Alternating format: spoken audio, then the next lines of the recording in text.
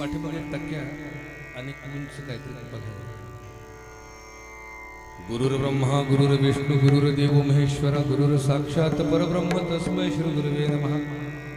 ब्रह्मानंदं परम सुखदं केवलं ज्ञानमूर्ति द्वंद्वातीतं गगनसदृशं तत्त्वमशादिलक्षणम् एकं नित्यं विमलवचनं सर्वदी साक्षीभूतं भावार्थितं त्रिगुणरहितं सद्गुरुं तं नमामि पुंडलीकवरदा हरिविठ्ठल श्री ज्ञानदेव पंढरीनाथ भगवान की जय. माऊली ज्ञानेश्वर. श्री गणेशाय नमः. श्री सरस्वती नमः. ओम नमोजी सद्गुरुनाथा आपुल्या चरणी माझा माथा वचन ऐकावे कमलापती माझी रंकाची विनंती कर जोडी तो कथे काळी आपण असावी जवळी पांडुरंगा करू प्रथम नमन. पांडुरंगा करू प्रथम नमन. पांडुरंगा करू प्रथम नमन. पांडुरंगा करू प्रथम नमन. सरे चरण संतांचे चरण संतांच्या दुसरे चरण संतांच्या. पांडुरंगा करू प्रथम नमन दुसरे चरण संतांच्या त्यांच्या कृपादाने कथेचा विस्तार बाबाजी सद्गुरु दास तुकादयांचे क्रिया स्मरण होय सकळ विद्येचे अधिकरण तेची वंदू चरण श्री गुरूंचे. वक्रतुंड महाकाय सूर्यकोटी समप्रभ निर्विघ्नं कुरु मे देव सर्वकार्येषु सर्वदा. ऐशियाचा पदरा धारा ऐशियाचा पदरा धारा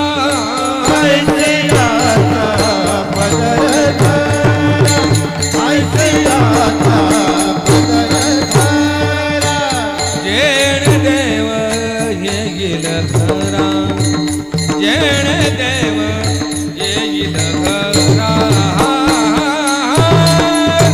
ऐसे परराचे धनी ऐसे परराचे धनी जेण देव येईल घरा जेण देव येईल घरा ऐसे परराचे ऐसे परराचे धनी.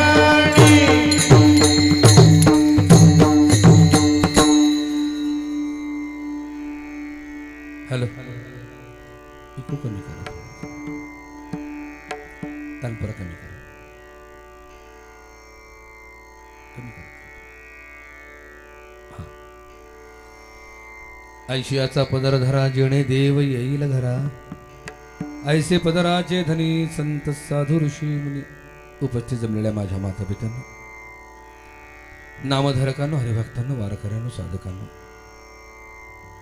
भगवंतावर निस्सीम प्रेम करणाऱ्या सर्व माझ्या आत्मस्वरूप भावंडांनो तुम्हा सर्वांच्या चरणी साष्टांग प्रणिपात दंडवत.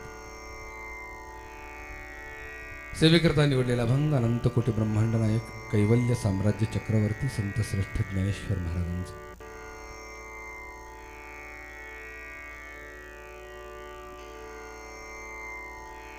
विरहिणी प्रकारात मोडणारा आजचा हा अभंग आहे.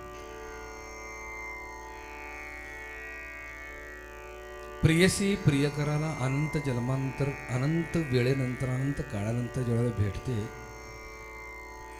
त्यांचं लढीवळ भांडण होत असतंच. का रे एवढा उशीर काय भेटलास मी बोलणार नाही तुझ्याबरोबर जा.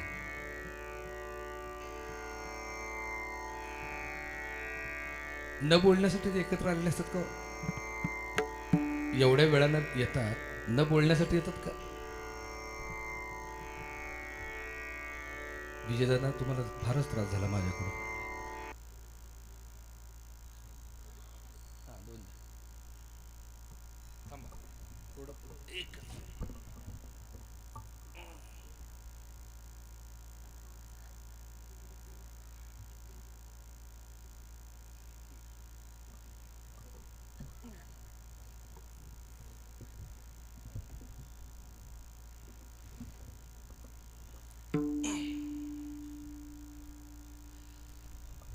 तसं ज्ञानोबरायांचं देवाबरोबरचं आजचे भांडण आहे.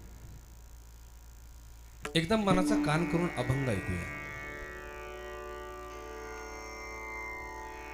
कानोबा तुझी घोंगडी चांगली चांगली आम्हासी का दिली वांगुली रे.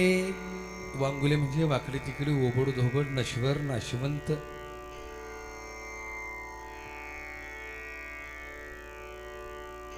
तू या घोंगडीच्या फॅक्टरीचा मालक आहेस.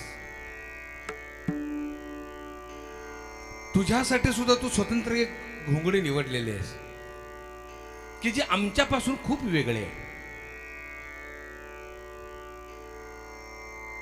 ए लेकरांनो खाली बसा, तुम्ही टाळकरी बाळांनो तुम्ही खाली बसा, बसा सगळे खाली. हा बसा आणि मनाचं कान करून कीर्तन ऐका. ओके.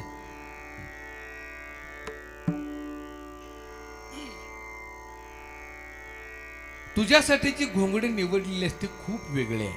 कारण तुझ्या घोंगडीच्या मापासाठी अजून टेलर जन्माला आलेला नाही. तुझ्या घोंगडीचं वर्णन करण्यासाठी अजून टेलर कुठल्या जन्माला आलेला नाही. सर्व संतांनी प्रयत्न केले, अनेक संतांनी प्रयत्न केले तुझ्या घोंगडीचं माप काढण्यासाठी, पण त्यांना ते जमलं नाही. अखेरीस सर्वांना मौन पाळावं लागलं तुझ्या स्वरूपाबद्दलच्या घोंगडीबद्दलच्या ज्ञानासाठी, नाही का? कारण वेद जाणू गेला पुढे मौनावला, ते गुह्य तुझला प्राप्त कैची. तेथील प्रमाण नेणवे वेदासी, ते जीवजंतुशी केवी कळे. असं तुझं घोंगडीचे अलौकिक रूप आहे, कुणालाच माप काढता आलेलं नाही. कानोबा तुझी घोंगडी निवडताना स्वगत सचिदानंद रूप मिळून शुद्ध सत्व गुणे विणली. तुझ्यासाठी घोंगडी निवडताना मात्र सत्व गुणाने विणलेली निवडलीस, की ज्या घोंगडीमध्ये दुःखाचा लवलेशही नाही आणि सचिदानंद रूप म्हणजे परमानंद ओसंडून वाहतोय तुझ्या स्वरूपामध्ये, तुझ्या घोंगडीमधून. आणि त्यात काय केलंस तू? फॅक्टरीचा मालकच तू असल्यामुळे तू काय केलंस माहिती का? जरा वेळ दिलास आणि तुझ्या घोंगडीला स्वतंत्र गोंडे लावलेस. बरं ते गोंडे कशाचे लावलेस? षडगुण ऐश्वर्याची.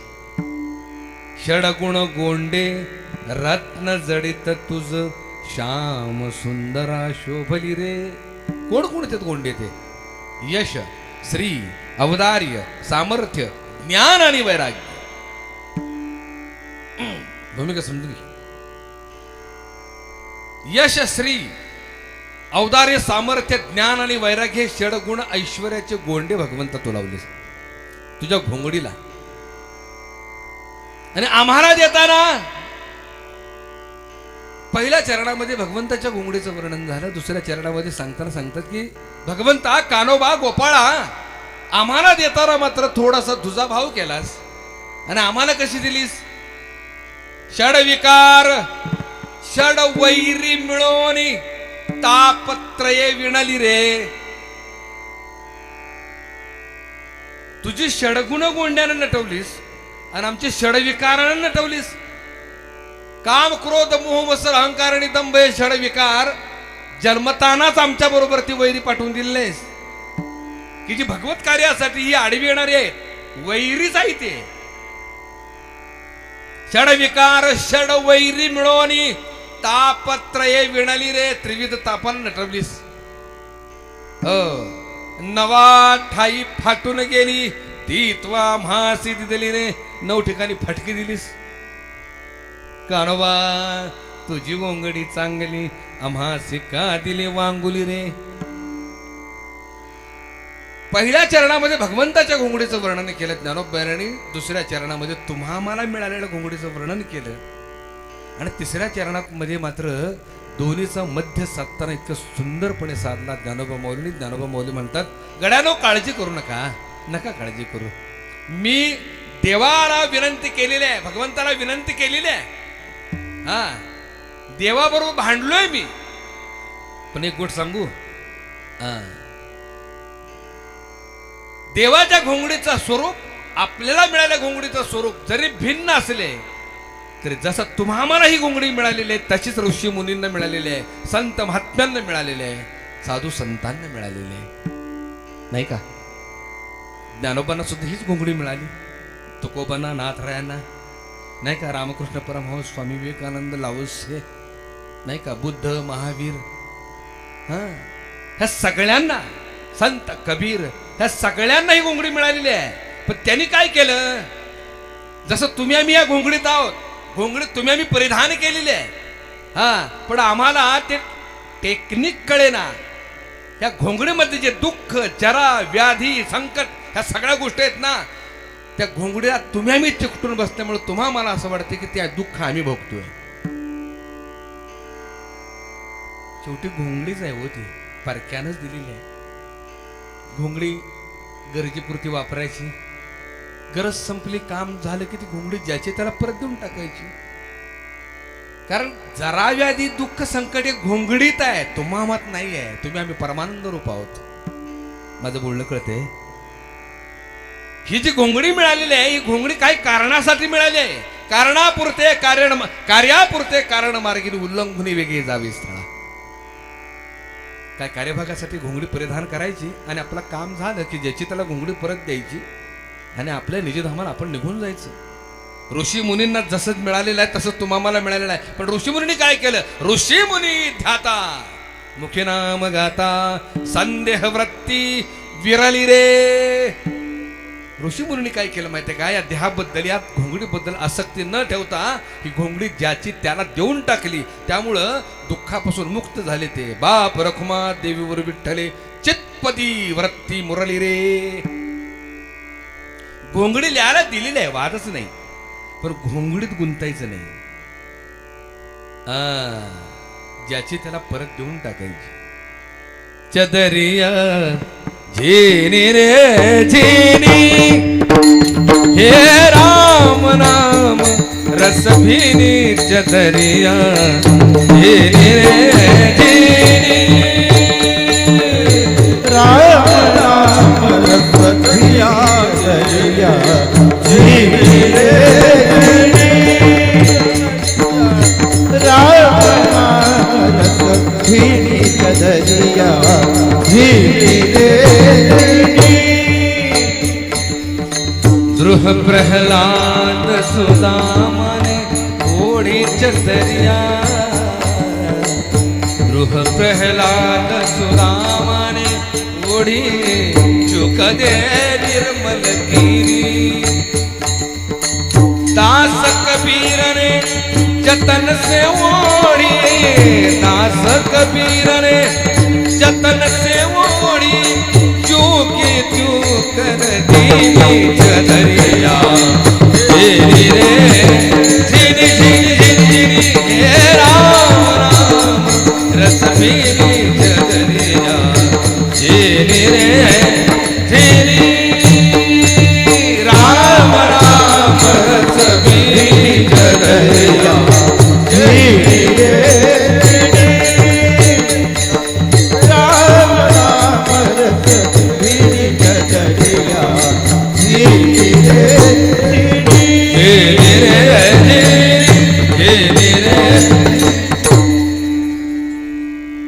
संत कबीराने आपल्या दोह्यामध्ये सांगताना सांगितले, ऋषीमुनी संत महात्मे काय करतात? ह्या घोंगडीचा वापर करतात आणि ज्याची त्याला देऊन टाकतात. ती कशी?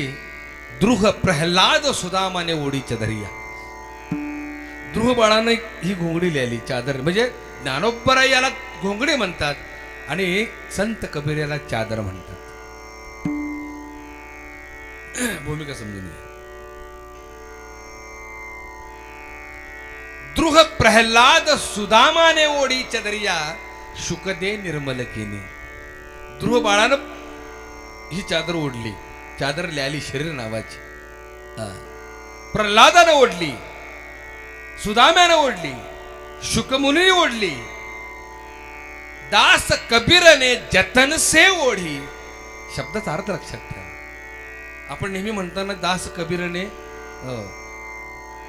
ओढी नुसतं म्हणतो, पण ते जतन से ओढे हा शब्द आहे. जतन म्हणजे काळजीपूर्वक. तुम्हाला हा मनुष्य देह जो मिळालेला आहे ना, लक्षात आला का? तो इतका सहज मिळालेला नाही. या मनुष्य जन्मापर्यंत येण्यासाठी खूप खस्ता खाव्या लागल्यात. 83,99,999 योन्या पालथ्या घालून अखेरीस तुम्हाला हा मनुष्य जन्म मिळालेला आहे. सर्व जन्माचे शेवटी हा मनुष्य देह पावे पाठी, यापरी उत्तम किरीटी मी आरचिले नाही. येणे जन्मे मज ओळखावे, येथेचीच आपणा ते उद्धारावे आणि येथेचीच जोडावे नरक यातनेस. याच मनुष्य देहामध्ये येऊन त्याची प्राप्ती करता येते. आणि जर दुर्लक्ष केलं, विषयात जर अडकून पडलो हा तर मात्र पुनरपी जननम पुनरपी मरणम पुनरपी जननी जठरी शयनम हा मनुष्य देह त्याच्या प्राप्ती करताच भगवंतांनी दिलेला आहे. जर आम्ही याच्याकडे दुर्लक्ष केलं हो काळजी केली नाही काळजीपूर्वक जर हा देह हाताळला नाही तर पुन्हा 83ची 84ची फेऱ्यात लक्षात ठेवा. म्हणून दास कबीरने जतन से ओढी आणि पुढे काय म्हटले जीव की त्यू कर दिनी चदरिया ज्याची त्याला देऊन टाकली ज्याची त्याला देऊन टाकली. हे आपलं आहे का हे घोंगडा आपला आहे ही चादर आपली आहे नाही ज्याची त्याला द्यावी का घोंगडीच्या फॅक्टरीचा मालक तो आहे. त्यानं देताना इतकी सुंदर आणि इतकी व्यवस्थित आणि देखणी दिलेली आहे बघा. आणखी एकानं याला वस्त्राची उपमा दिलेली आहे जसं कबीरांनी याला चादरीची उपमा दिली ज्ञानोबांनी याला घोंगडीची उपमा दिली तसं ग दि माडगुळकरांनी याला हा जीवात्मा आयुष्यामध्ये 3 वेळेला वस्त्र बदलतो. माऊली किती वेळा वस्त्र बदलतो 3 वेळेला वस्त्र बदलतो. बालपणात एक वस्त्र पांघरतो तरुणपणात एक वस्त्र पांघरतो आणि वृद्धापकाळात एक वस्त्र पांघरतो. एक धागा सुखाचा तेन तेन ता तेन त्रिकड तेन दादा कट तेन तेन ता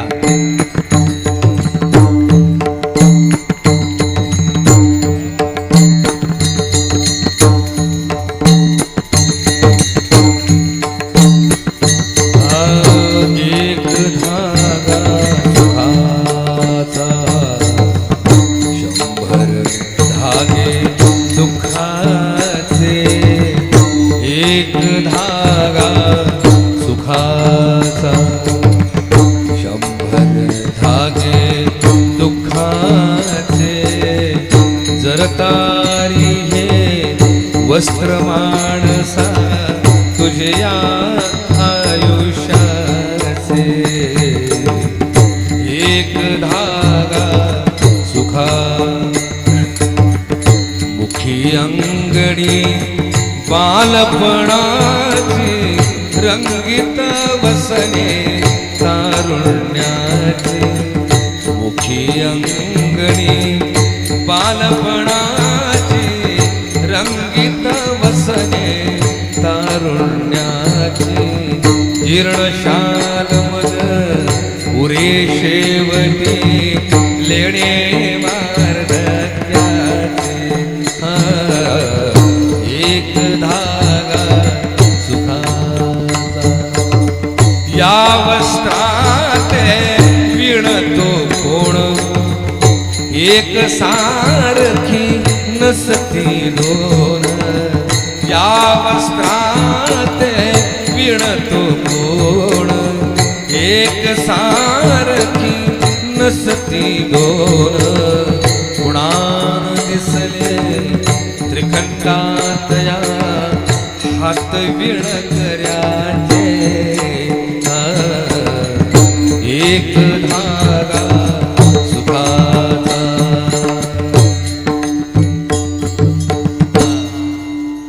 एक धागा सुखाचा 100 धागे दुःखाचे जर तारी हे वस्त्र माणसा तुझे आयुष्य.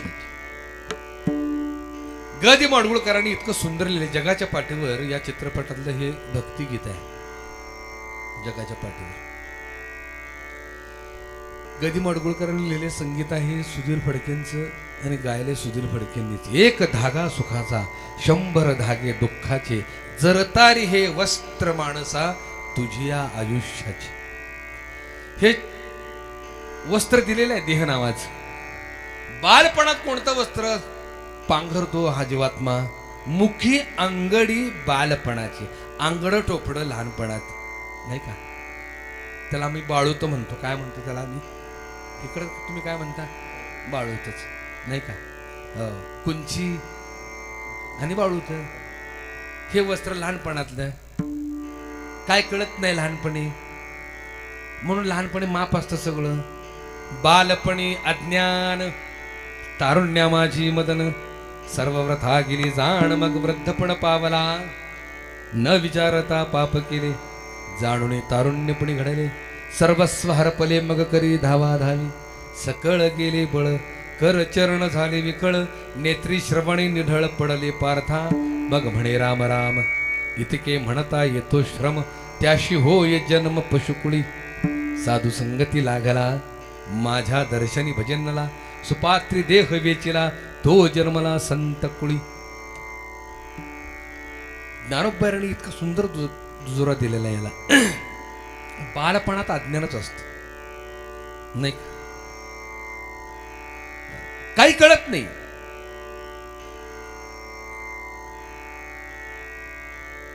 माती खातो नाही, लहानपणी मी माती खातो, माप असता मला.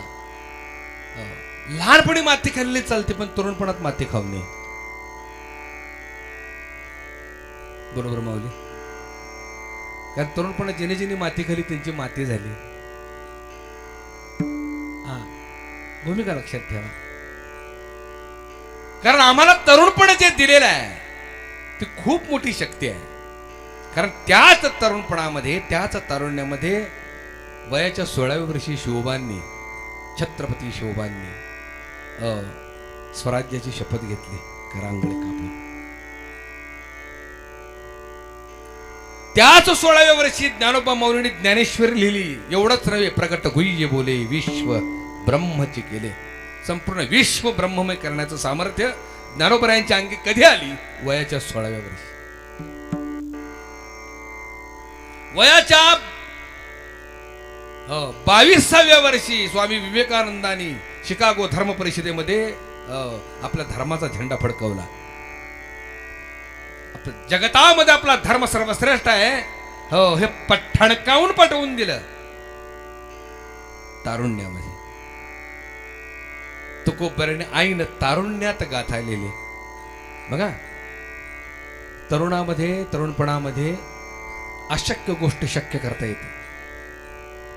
पण ते तरुणपण आम्ही काय केलं माहितीये का? नासवले. बघा, विचार करा, अलीकडे नासवले आम्ही. आमच्यातून हे कार्य का घडत नाही? तो पछाडलो नाही आम्ही. भक्ती प्रेमासाठी, परमार्थासाठी, भगवत प्राप्तीसाठी आम्ही पछाडलेलो नाही. समर्पण आमच्यात नाही आहे. आम्ही तारुणपण नासवलं. नाचलं नाही, नासवलं म्हणतोय मी. अरे येऊन येऊन येणार कोण?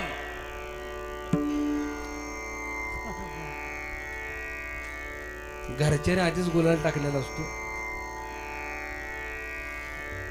आणि बाहेरून हे गुलाल टाकून घेत आणि आयुष्याचाच गुलाल होतो. याच्या खरं का खोटा आहे? भावंडांनो, एक गोष्ट लक्षात ठेवा. आज महाराष्ट्रामध्ये जो राजकारणाचा तमाशा झालाय का नाही, राजकारण म्हणजे मनोरंजन झाले अक्षरशः. किमान वेशा बऱ्या माऊली, वेशा बऱ्या पोटासाठी हो ते सगळ्या गोष्टी करत असतात. पण त्याच्याही पलीकडे जाऊन या राजकारण्यांनी माती खाल्ली, तत्व घाण ठेवली. हो, निष्ठा सगळं सगळं पणाला जाऊन टाकलं. उपयोगच नाही झाला काही. आणि मला एक सांगा, इतिहासात असं कधी घडलंय का हो? सत्ताधारी बी सत्तेत आणि विरोधक बी सत्तेत. आता आम्ही मतं कोणाला द्यायची? कोणाला मतं द्यायची? ज्यांच्या विरोधात शिव्या घालून टाळकी फोडून आम्ही मतदान केलं ती सगळी एक झाली. आमच्या केसेस अजून मिटायच्या 2019च्या.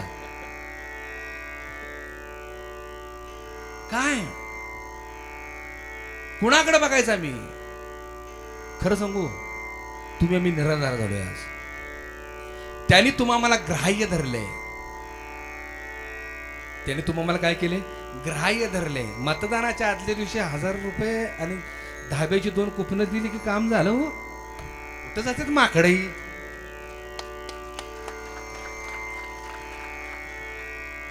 लक्षात ठेवा. आणि 1000 रुपयाला ते देश विकायला निघालेत. हो, आणि आम्ही घाण ठेवायला निघालो. आम्हाला हे सहज का वाटतं तुम्हाला खरं सांगतोय. भारत देशाला स्वातंत्र्य मिळण्यासाठी असंख्य लाखोनी बलिदान दिलेलं आहे. गोळ्या झेल्या छत्रावरती. भगतसिंग, सुखदेव, राजगुरू हसत हसत फासावर गेलेत. फासावर का गेलेत? तुम्ही आम्ही भावंड आनंदानं गुणागोविंदानं दिवाळी साजरी करावी, गुणागोविंदानं राहावं, परक्या जोखडातून मुक्त व्हावेत, साखर दंडातून मुक्त व्हावेत, हो, गुलामीतून मुक्त व्हावं माझा भावंड, आनंदात राहावा. चला आम्ही जातो फासावर. ते फासावर गेले. त्यांचं बलिदान आम्हाला लक्षात येईना. ज्या वडलोपार्जितांनी आपल्या पत्नीच आपल्या बायकाचं कुंकू पुसलं, आपली पोरं बाळा पोरकी केली, कुणासाठी? तुमच्या आमच्यासाठी, ह्या देशाला स्वातंत्र्य मिळण्यासाठी. तुम्ही आम्ही काय केलं? 1000 रुपये ह्या नारायकांच्याकडे घाण ठेवला आम्ही देश. 1000 रुपये काय येतं 1000 रुपयाला? 1000 रुपयाला काय येतं? हॉटेलात गेला तर चुराडा होतो, एक वेळचं जेवायला गेलो तर. आणि आम्ही देशाला घाण ठेवायला निघालो. ही माणसं असं का करू शकतात? त्याला कारण आहे, तुमच्या आमचेच मूळचे हात भ्रष्ट झालेले आहेत. ज्यावेळेला आम्ही एखादं जाब विचारायला जातो त्यावेळेला त्याला जाब विचारण्याचा अधिकार नसतो. तुम्ही आम्हाला का? आमचे तोंड त्याने 1000 रुपयाची नोट कोंबून बंद केलेले आहेत. लक्षात ठेवा. वाईट आहे हो, खूप वाईट आहे. आता एक काम करा, स्वतःच मत तुम्ही ठरवा. दुसऱ्याच्या कानाला बळी पडू नका. दुसऱ्यानं सांगावं मग आम्ही मतदान करावं. तुमची बुद्धी वापरा ना. आपण निर्बुद्ध आहे का? आम्हाला काय अक्कल नाही? आम्ही घाण ठेवली का? आम्ही कुत्री मांजरे म्हणून आम्हाला शिकवावं लागते? नाही, माणूस आहे प्रत्येक जण. बुद्धीचे वैभव अन्य नाही तुझे. इतर ठिकाणी ते दिलेलं नाही, ते तुम्हा आम्हाला दिले. त्या बुद्धीचा वापर करूया ना, करूया वापर. काय फरक पडतोय? मी कुठल्याही पक्षाचा नाही, मी कुठल्याही एक सामान्य नागरिक म्हणून माझी पोटतिडीक मी व्यक्त करतोय. सामान्य नागरिक, मला घेणं देणं नाही कोणाची. हो, मला माझ्या देशाशी घेणं देणं आहे. भूमिका समजून घ्या. आणि म्हणून गडानं आपली किंमत कमी करू नका. सर, एक जण बुजुर्ग होता, 60-70 ओलांडलेली होती. एक उमेदवार त्याच्याकडे गेला, म्हणजे आप्पा हे 1000 रुपये घ्या आणि यंदाचं मतदान आपल्याला करा. ह्या विषयाला थोडस मी का लांबवतोय माहितीये का? ते वातावरण आज आहे. हे घ्या म्हणले, हो, आणि तेवढं आपल्याला मतदान करा. आप्पा म्हणले, बाबा रे मी थकलोय भागलोय, पण काय करायचं म्हणले, पोटाला काय मिळत नाही, मला एक छोटासा व्यवसाय करायचा आहे. एक काम कर म्हणले, ते 1000 रुपये देऊ नकोस, मला आपले एक गाढव दे. काय दे? मला गाढव दे. म्हणजे कुठेतरी 2 घास मी गाढवाचा पाठीवरनं उजव वाहून 2 घास पोटाला मला मिळतील, अशी व्यवस्था करा. उमेदवार म्हणला ठीक आहे. उमेदवार गेला गाढवाच्या बाजारात, आणि त्या गाढवाच्या बाजारात गेल्यानंतर गाढवाची चौकशी करायला सुरुवात केली. केवढ्याला दिलं गाढव? तो म्हणला 45,000 रुपये. अरे म्हणलं लय महाग आहे. त्याच्या पुढे गेला, हे म्हणले गाढव केवढ्याला? 60,000 रुपये. अरे देवा. तो उमेदवार तिथनं मागा आला आणि आप्पाला म्हणला, आप्पा लयच महाग आहेत गाढव, 50 आणि 60,000 रुपये, 1000 रुपये घ्या आणि भागवा की म्हणले. आप्पा म्हणला, गाड्या, गाढवाच्या किमती 50 आणि 60,000 आणि आम्हाला देताना 1000 रुपये देतोस तू?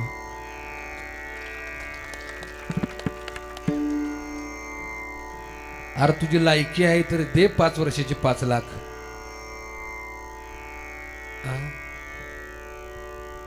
आमचीच किंमत गाढवापेक्षा कमी किंमत करून टाकली आपली. अलग लक्षात. म्हणून सावध रे गड्यानो. चंद्रभाव पांडुरंगा चंद्रभाव पांडुरंगा मन करा थोर कैवल्याच्या चांदण्याला भुकेला जगो कैवल्याच्या चांदण्याला भुकेला जगो रे. वल्याच्या चांदण्याला भुकेला कैवल्याच्या चांदण्याला भुकेला बालवयी खेळी रमलो तारुण्य नासले बालवयी खेळी रमलो तारुण्य नासले वृद्धपणी देवाता दिसे पहिलं तीर चंद्रभाव पांडुरंगा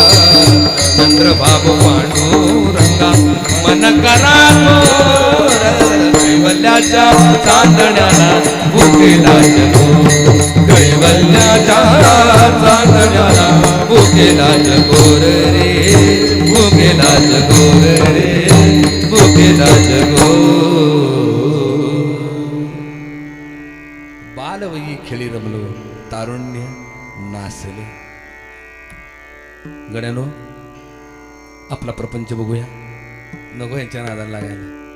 राजकारण असावं फक्त एका दिवसापुरतं ते तो दिवस कुठला मतदानाचा संपला विषय.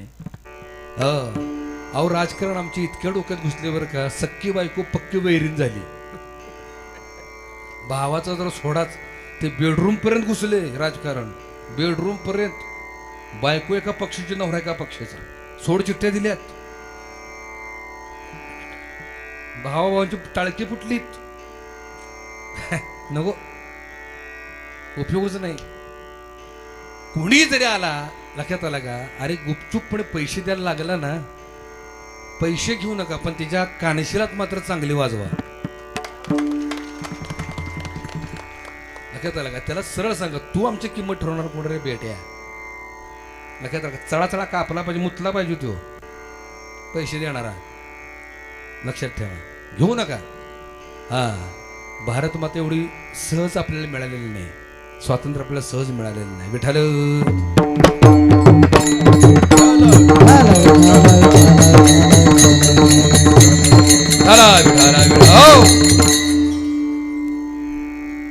मुख्य अंगडी बालपणाची रंगीत वसने तारुण्याची जीर्ण शाल मग उरे शेवटी लेणे वार्धक्याची.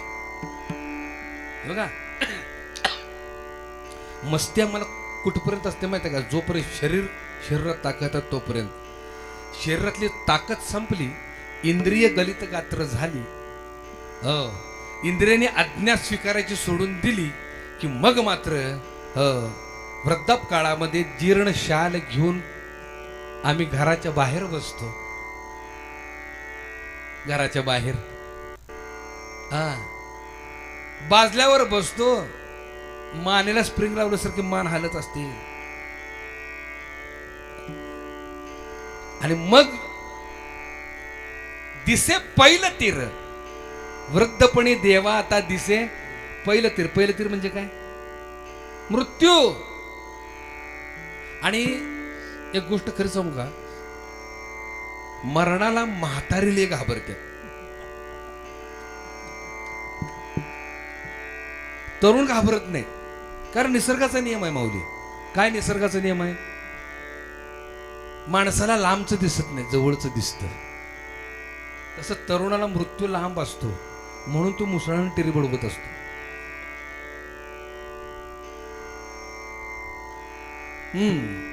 पण म्हाताऱ्याला मरण जवळ दिसायला लागतं म्हणून ते घाबरत.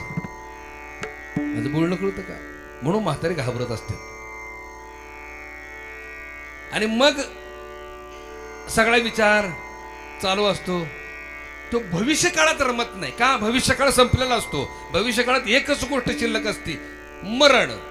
स्मशानातले लाकडं एवढं डोळ्यासमोर दिसत असतात बाकी भविष्य शिल्लक राहिलेलं नसतं. मग ते बाहेर बसून भूतकाळात रमत. भूतकाळात काय रमतं कुणाकुणाची जिरवली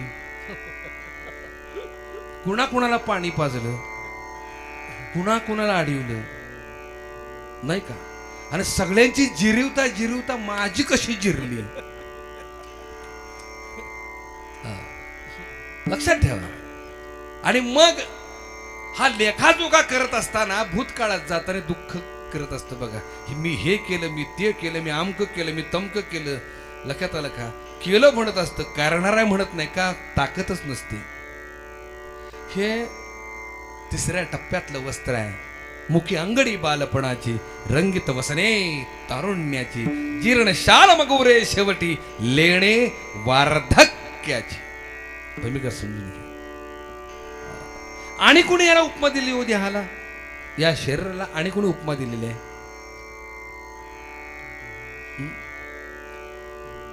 साहिर लुधियानवी माहित आहेत? नसतील माहित.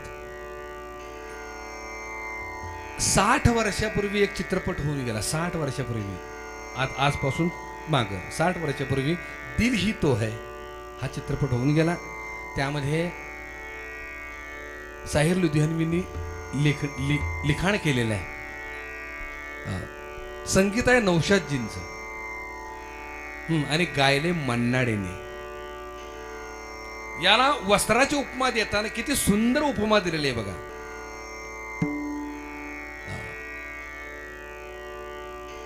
चुनरी में दाग छुपाऊं कैसे, घर जाऊं कैसे, लागा चुनरी में दाग.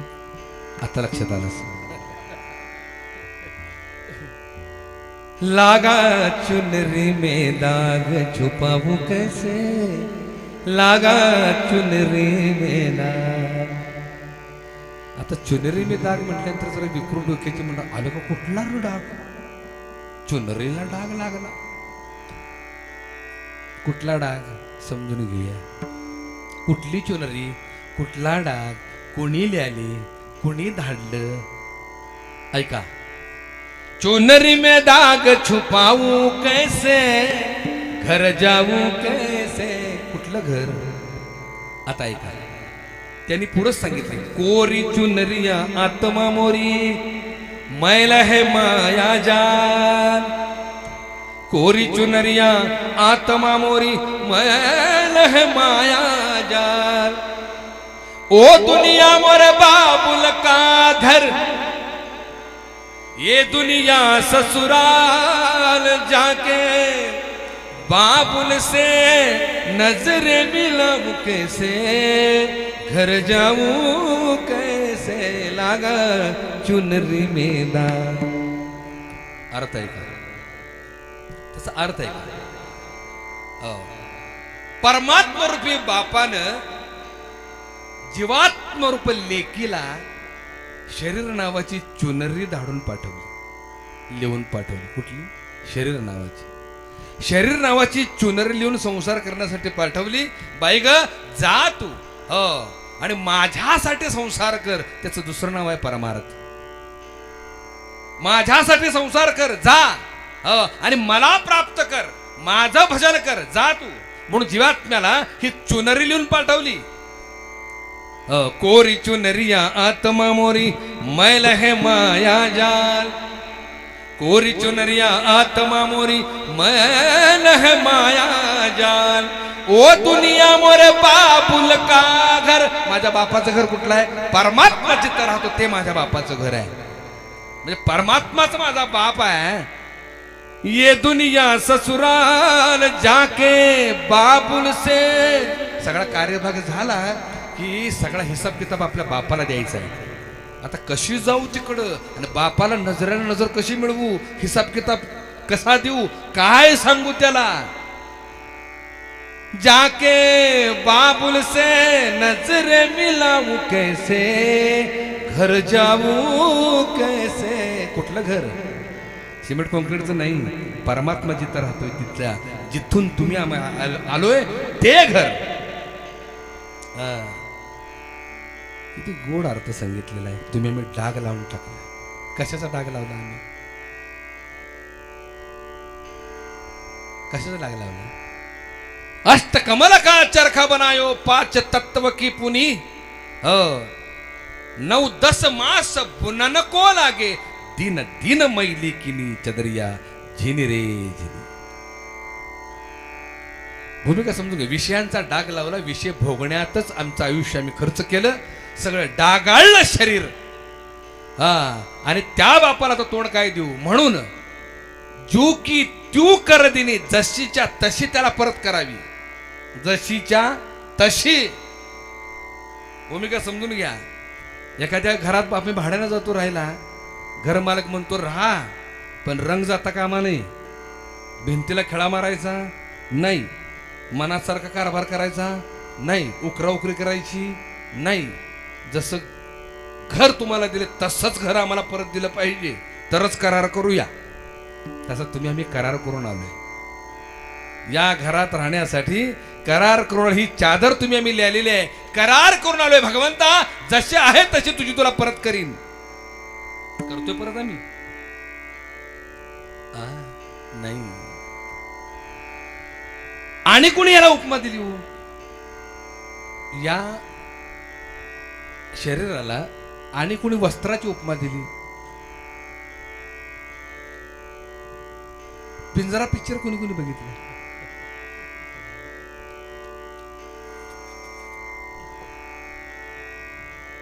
बघितलं ना पिंजरा?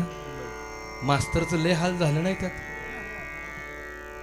का हाल झालं नको सांगायला, माहित आहे सगळ्यांना, नाही का सर? हा, पिंजरा चित्रपट इतका बोधपर आहे, जरूर बघावा, जरूर तो चित्रपट बघावा. इतका बोध घेण्यासारखा चित्रपट आहे तो, नाही का? सात्विक, पवित्र, स्वच्छ, निर्मळ शिक्षकाची एका स्त्रीच्या नादी लागून काय अवस्था झाली, सुंदर वर्णन केलेलं आहे त्यामध्ये. प्रसंग असा होता, त्या चित्रपटामध्ये काम करणारी मंडळी कोण कोण सांगतो. मग चित्रपट निर्मितीसाठी संगीत आहे राम कदमांचं त्या चित्रपटाला. आता त्या क्षेत्रात मी काम करतोय आणि त्या क्षेत्रातनच मी इकडं आलोय, म्हणून मी थोडंसं सांगतो.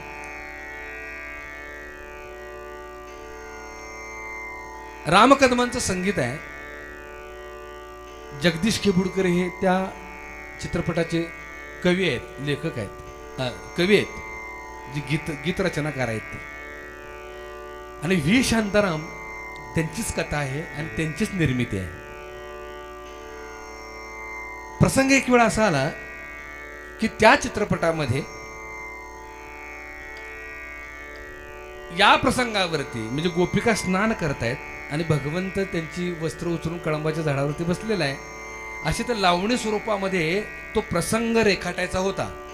म्हणून व्ही शांतारामनी जगदीश खेबुडकरांना सांगितलं की तुम्ही एक काम करा, म्हणले हो, या प्रसंगावरती मला एक गीत लिहून द्या. ही चर्चा चालली होती कोल्हापुरात. राम कदम पेटी घेऊन बसले होते आणि जगदीश खेबुडकरांचं लिहित चाल, जवळजवळ 100 कागद त्यांनी फाडले लिहून. गीत सुचेना त्या प्रसंगावरती, काय करावं कळेच ना. अरे देवा म्हणले, अवघड झाला. पुण्याला जायत होतं शूटिंगला संध्याकाळी,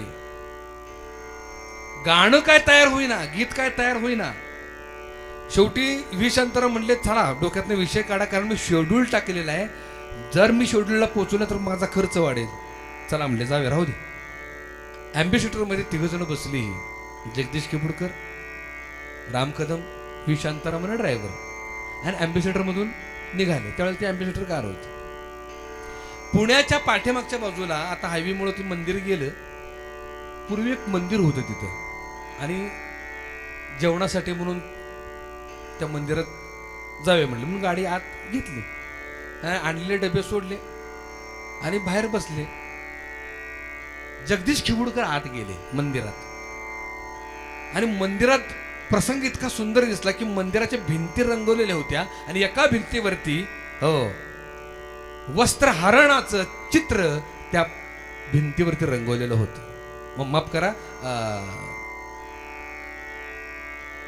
तो प्रसंग जो आहे नाही का, भगवंत वस्त्र घेऊन कळंबाच्या झाडावर बसतात, तो प्रसंग चित्रानं रेखाटलेला होता. जगदीश खेबुडकरांनी चित्र बघितल्या बरोबर त्यांना काव्य सुचलं, बघितल्याबरोबर काव्य सुचलं. लगेच काव्य त्यांनी लिहून काढलं, दे रे कान्हा चोळी लुगडी. जगदीश खेबुडकरांनी चोळी लुगडी याचं प्रतीक म्हणून देह समोर ठेवला. प्रसंग काय सांगतो, सर्व गोपिका स्नानाला गेल्या यमुनेच्या डोही. आपापली वस्त्र काढली आणि किनाऱ्यावरती ठेवली आणि स्नान करत होते नग्न अवस्थेमध्ये. हळूच भगवंत आले, ती वस्त्र सगळी गोळा केली आणि कळंबाच्या झाडावर जाऊन बसले. त्यातल्या एका गोपिकेनं पाहिलं आणि सगळ्या गोपिकांना सांगितलं त्याने की बाई ग, कृष्णानं आपली वस्त्र घेऊन तू झाडावर बसलेला आहे, आता बाहेर कसं निघायचं. सगळ्या गोपिकांनी विनवणं सुरू केली, आपापली लज्जस्थळ लपवली आणि विनवणं सुरू केली. म्हणले भगवंता आमची वस्त्र दे बरं, असं करू नकोस, तुला काही कळतं का, आम्ही स्त्री आहोत, आम्ही पराविया नारी आहोत, असं करू नकोस बाबा, दे बरं आमची वस्त्र. भगवंत म्हणाले दोन्ही हात वरती करून माझ्यापर्यंत या आणि मला समर्पित व्हा, तरच तुम्हाला मी वस्त्र देतो. हा झाला दृष्टांत. आता त्याचा खरा सिद्धांत इतका वेगळा आहे, अध्यात्म इतकं गोड आहे आणि इतकं खोल आणि इतकं दृढ आहे, पण ते जर आम्हाला अध्यात्म सांगता आलं नाही आणि हा दृष्टांत ज्या वेळेला मी शृंगारिक चटणी मीठ लावून सांगतो त्यावेळेला मात्र इतर धर्मी आपल्या धर्माला नावं ठेवतात. काय म्हणतात ते, अरे म्हणले ह्यांचा कसला धर्म, म्हणले बायकांचे कपडे झाडावर घेऊन बसणारा ह्यांचा देव, कसला देव हा. का त्यांना बोलण्याला वाव का दिला आम्ही त्याचा अर्थ सांगितला नाही.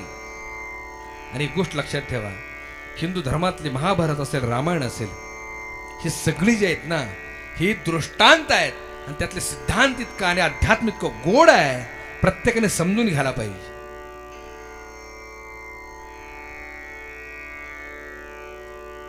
कोण आहेत त्या गोपिका, तुम्ही आम्ही.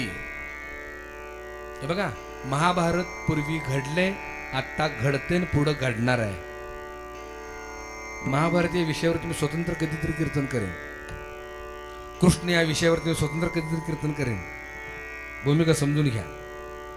महाभारत पूर्वी घडले, आता घडते, पुढं घडणार आहे. कृष्ण पूर्वी होता, आता आहे, पुढं राहणार आहे. दुर्योधन पूर्वी होता, आता आहे, पुढं राहणार आहे. आता मी जास्त बोलत नाही, समजून घ्या. गोपिका म्हणजे तुम्ही आम्ही. डोह कुठला, यमुनेचा. तुम्ही आम्ही जन्माला आलो त्या यमुनेच्या डोहातच जन्माला आलोय. त्या यमुनेच्या डोहाचं नाव आहे भवदुःखाची नदी. भवदुःखातच तुम्ही आम्ही, भव नदीच्या पात्रातच तुम्ही आम्ही धडपडतोय, प्रयत्न करतोय. संचित क्रियामानाच्या लाटा मोडून लावी ती नीट वाटा. संचित आणि क्रियामानाच्या लाटामध्ये हेलकावे खातोय तुम्ही आम्ही प्रारब्धाच्या. लक्षात ठेवा. मुक्ताबाईने तर स्पष्ट सांगितले, भव नदीचे पाणी रे गड्या मोठे ओढीते, भल्या भल्या पोहणाऱ्याला उलतुनी पाणी दे, भल्या भल्या पोहणाऱ्याला उलतुनी पाणी दे. पाणी रे गड्या मोठे ओढीते, पाणी रे गड्या मोठे ओढीते, भल्या भल्या पोहणाऱ्याला उलटुनी पाणी दे, भल्या भल्या पोहणाऱ्याला उलटुनी पाणी दे. उलट माघार गड्या फिरकोते खाशी, उलट उलट माघार गड्या फिरकोते खाशी, भरला पूर मायेचा रुढा वाहून या जाशी, भरला पूर मायेचा रुढा वाहून या जाशी.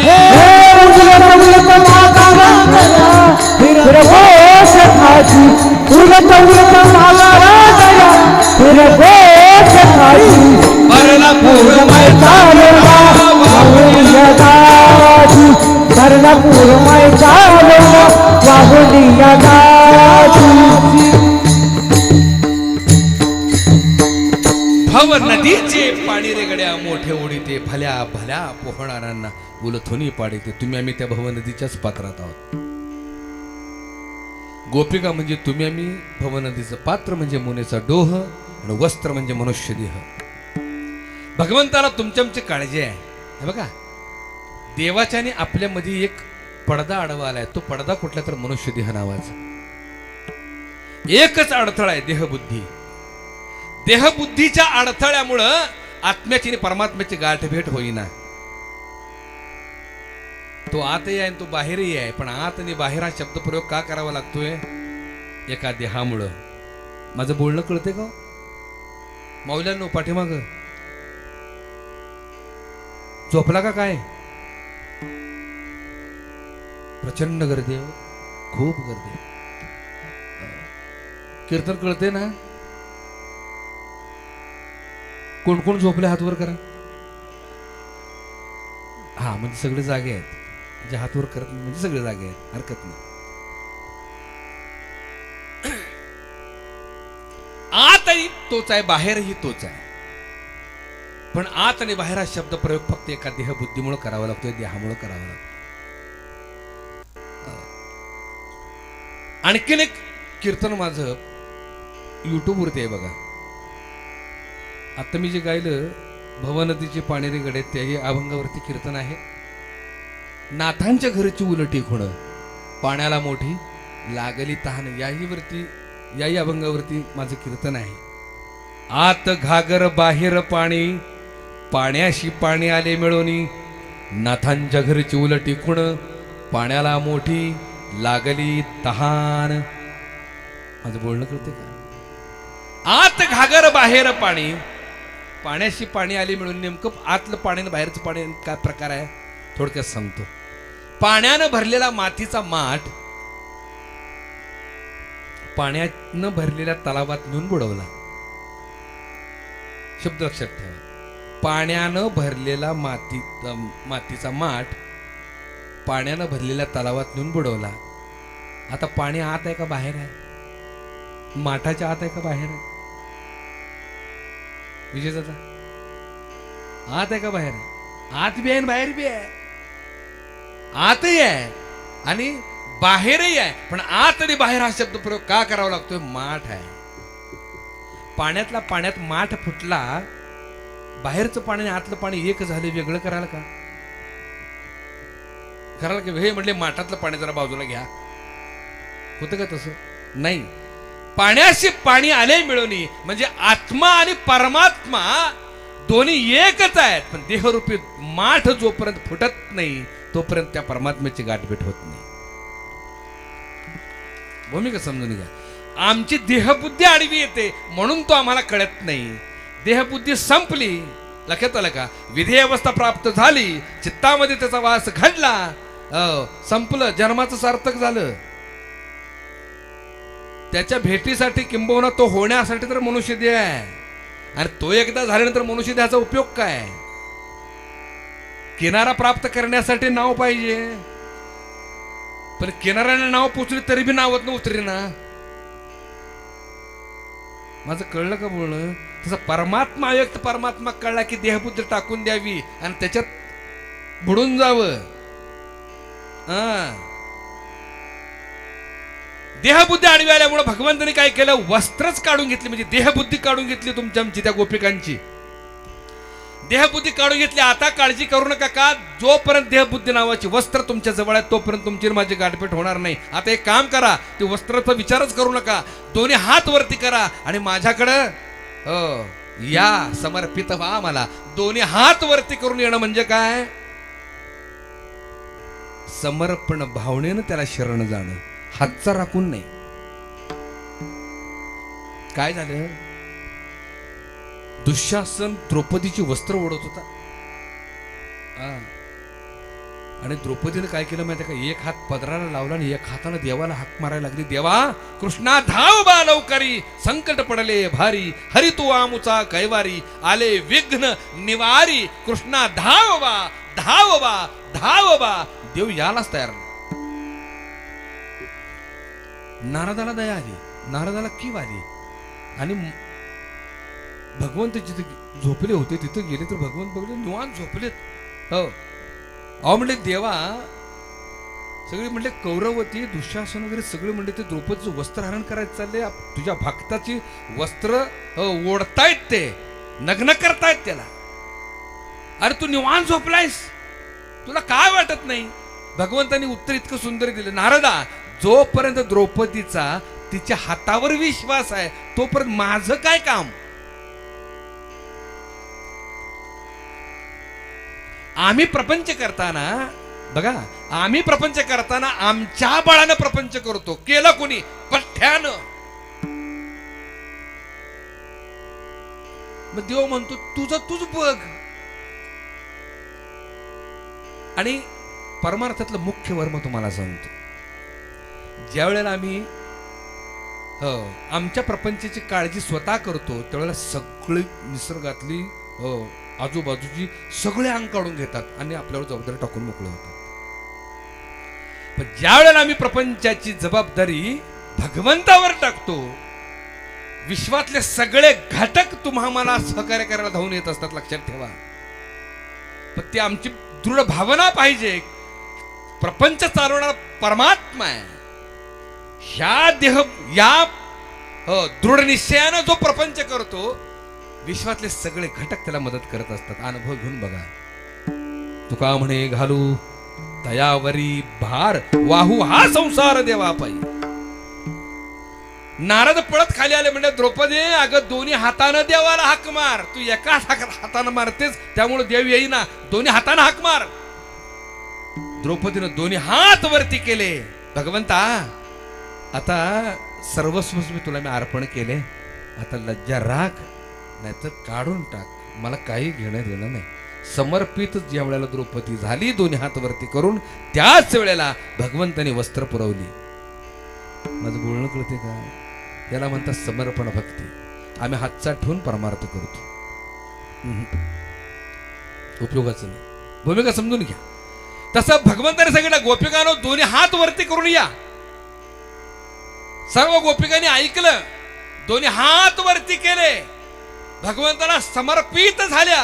आणि मग तिथला प्रसंग जगदीश खेबुडकरांनी इतका सुंदर रेखाटलेला आहे.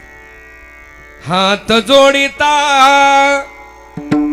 बंधन तुटले,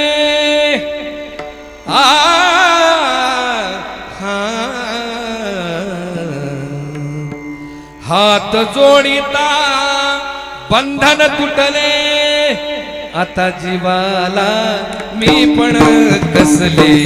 हात जोडिता बंधन तुटले, आता जीवाला मी पण कसले. आत्म्याने जणू परमात्म्याला, आत्म्याने जणू परमात्म्याला अर्पण केली पुढी. हा दे रे कान्हा चोळी लुगडी, दे रे कान्हा दे रे चोळी लुगडी, दे रे कान्हा दे रे चोळी लुगडी, दे रे कान्हा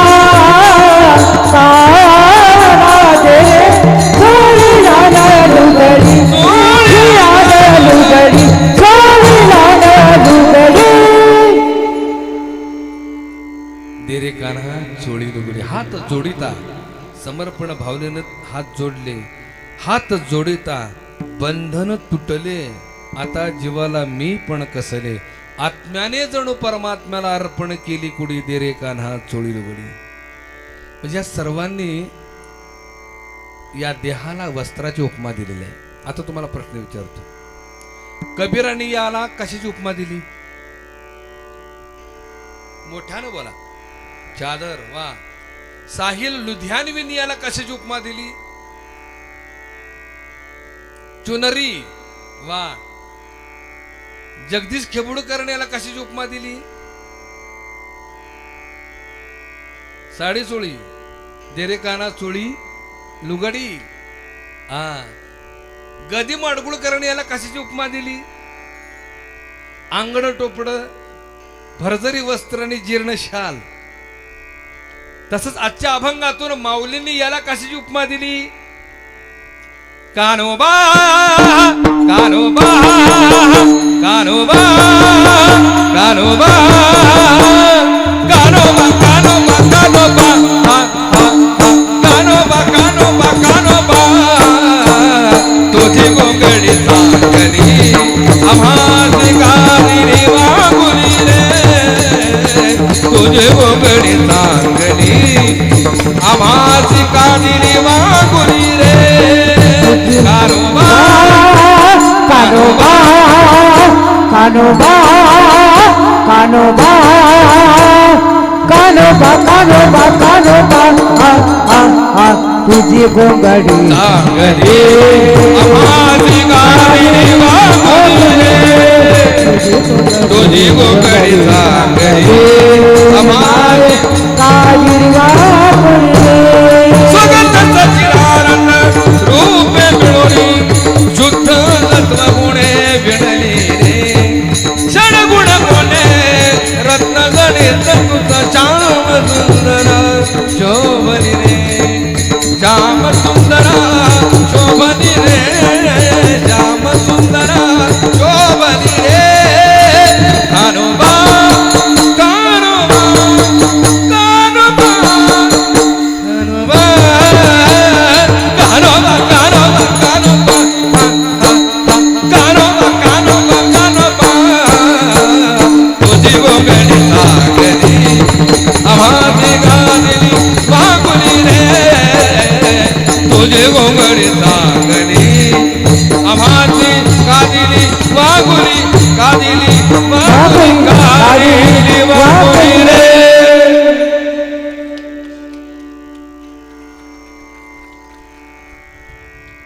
घोंगड हे प्रतीक या मनुष्य देहाला ज्ञानोबा माऊलीने दिले.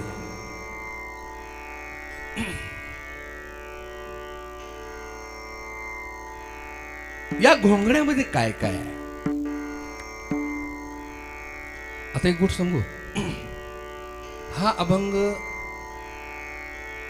माझ्या दृष्टिकोनातून या घोंगडीला म्हणजे आजच्या अभंगातल्या घोंगडीला किंबहुना या अभंगाला माझ्या दृष्टिकोनातून 500 पदर आहेत. किती पदर आहेत? 500 पदर आहेत. त्यातला एक पदर उलगडण्याचा प्रयत्न करतो. म्हणजे या अभंगावरती 500 कीर्तन होऊ शकतात वेगवेगळ्या निरूपणातनं. अलग लक्षात असो. कानोबा तुझी घोंगडी चांगली आम्हासी का दिली वांगुली रे. आम्हाला ओबड धोबड. कानोबाचं जे स्वरूप आहे, कानोबाची जी घोंगडी आहे ती अखंड आहे. पंचतत्व पृथ्वी आप तेज वायू आणि आकाश ही पंचतत्व एकमेकाला कनेक्ट आहेत. हे बघा ही 5ही तत्व एकमेकाला कनेक्ट असल्यामुळे हा ब्रह्मांडाचा ना सृष्टीचा कार्यभाग जो चालला ना तो व्यवस्थित चाललेला आहे. हे सगळं चालायला कारणीभूत कोण आहे माहिती आहे का? तो कानोबा. ह्या ब्रह्मांडाचा कारभारी एकच आहे. तुमच्या आमच्या प्रपंचामध्ये कुटुंबामध्ये जर 17 कारभारी असले माऊली चालेल.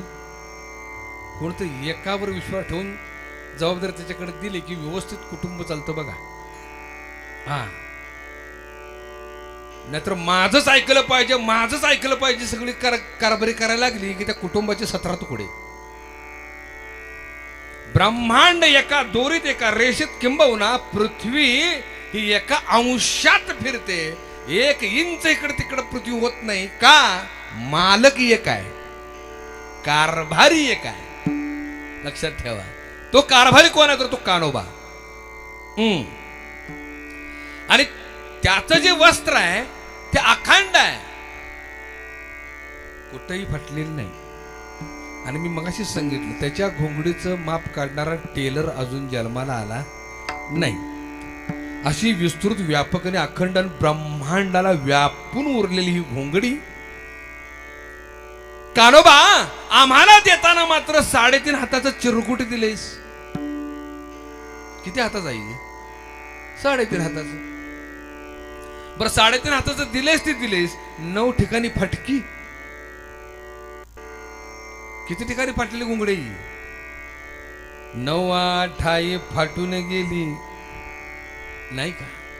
आणि आदनं मधनं फाडायला बी लागते.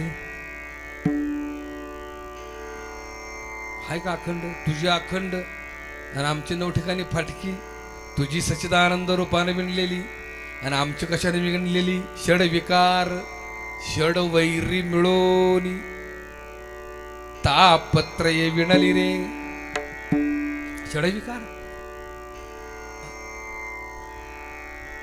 काम कर्म कर्म आणि त्रिगुण नरक मुताने भरली रे.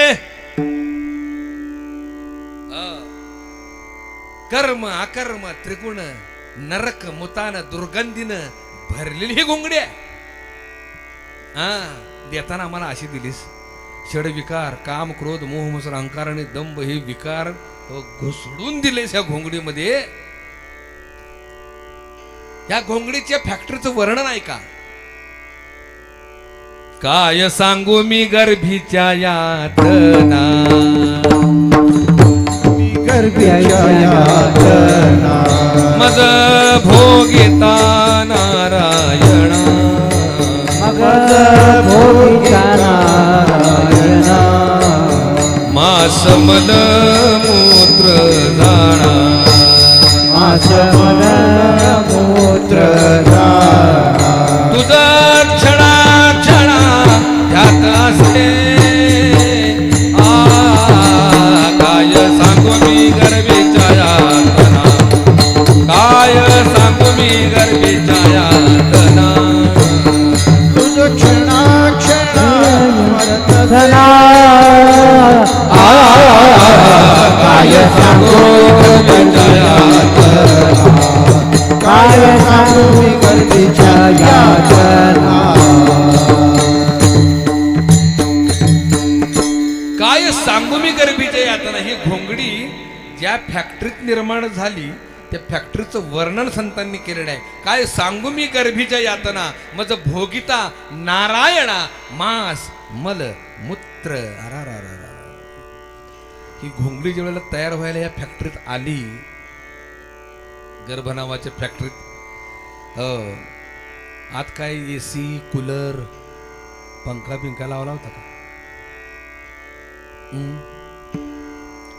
बर त्या गर्भाला त्या घोंगडीला खायला काय?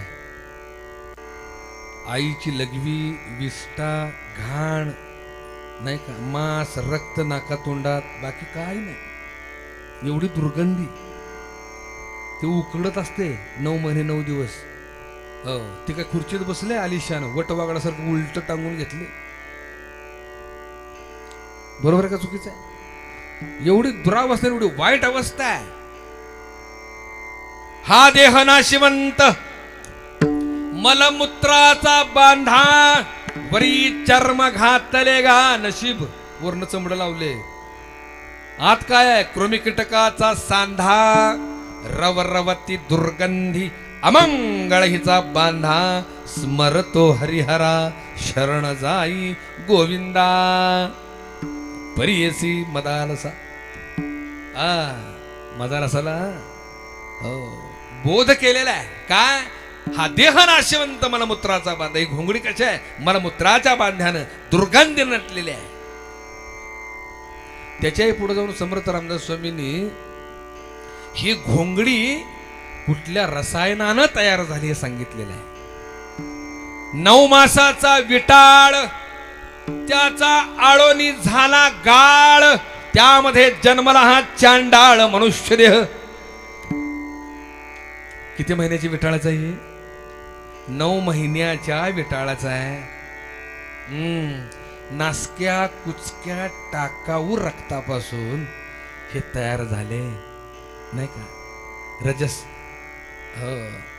श्वेत ह्या सगळ्या गोष्टी मिक्स होऊन दुर्गंधीनं हे तयार झाले. एवढी विदारक अवस्था असून देखील 60-70 ओलांडलेल्या घोंगड्या गोंड रंगवला मागं पुढं बघिनात. काय सर? रंगवाल रंगवाल तुम्ही बी. बरोबर आहे की नाही? गोंड रंगवलं म्हणजे कळलं का? कलप आ गोंड रंगवाल र, पण तुमच्या घोंगड्याला सुरकुत्या पडल्या त्याचं काय? त्या काही इस्त्री करून नीट होणार आहेत?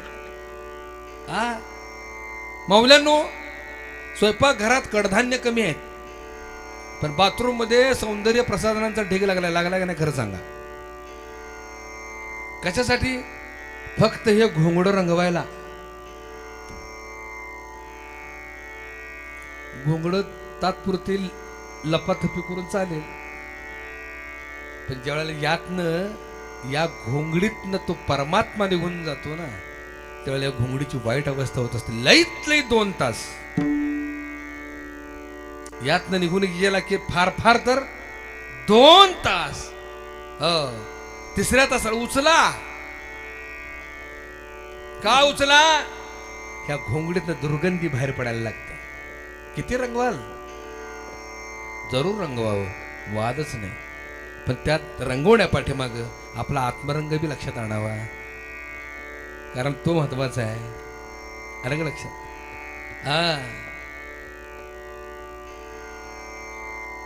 षड विकार षड वैरी मिळवणी तापत्रये विणली रे. तापत्रये म्हणजे कळलं का? ही कशाने विणलेली आहे? भगवंता तुझी सत्व गुणाने विणली आणि आमची त्रिविध तापाने विणलीस. माहित आहेत का त्रिविध ताप माऊल्यांना? त्रिविध ताप माहित आहेत का? तुम्ही लयच बोर झाल्या राव. हो नाही, नाही बी नाही. माऊल्यांनो त्रिविध ताप माहित आहेत का? नाही. अरे देवा, जे येताना घेऊन आलोय तेच माहित नाही आपल्याला. माऊली काय झालं, एका शहरामध्ये मी असंच त्रिविध ताप विचारले. माऊल्यांनो त्रिविध ताप सांगा. 1 नाही 2 नाही. म्हणलं सांगा कुठेतरी त्रिविध ताप. एक म्हातारी उठली. ते म्हणते बुवा तुझा त्रिविध ताप ठेव बाजूला, तुला बोलवून जो पश्चाताप झालाय तुला मोठा झालाय.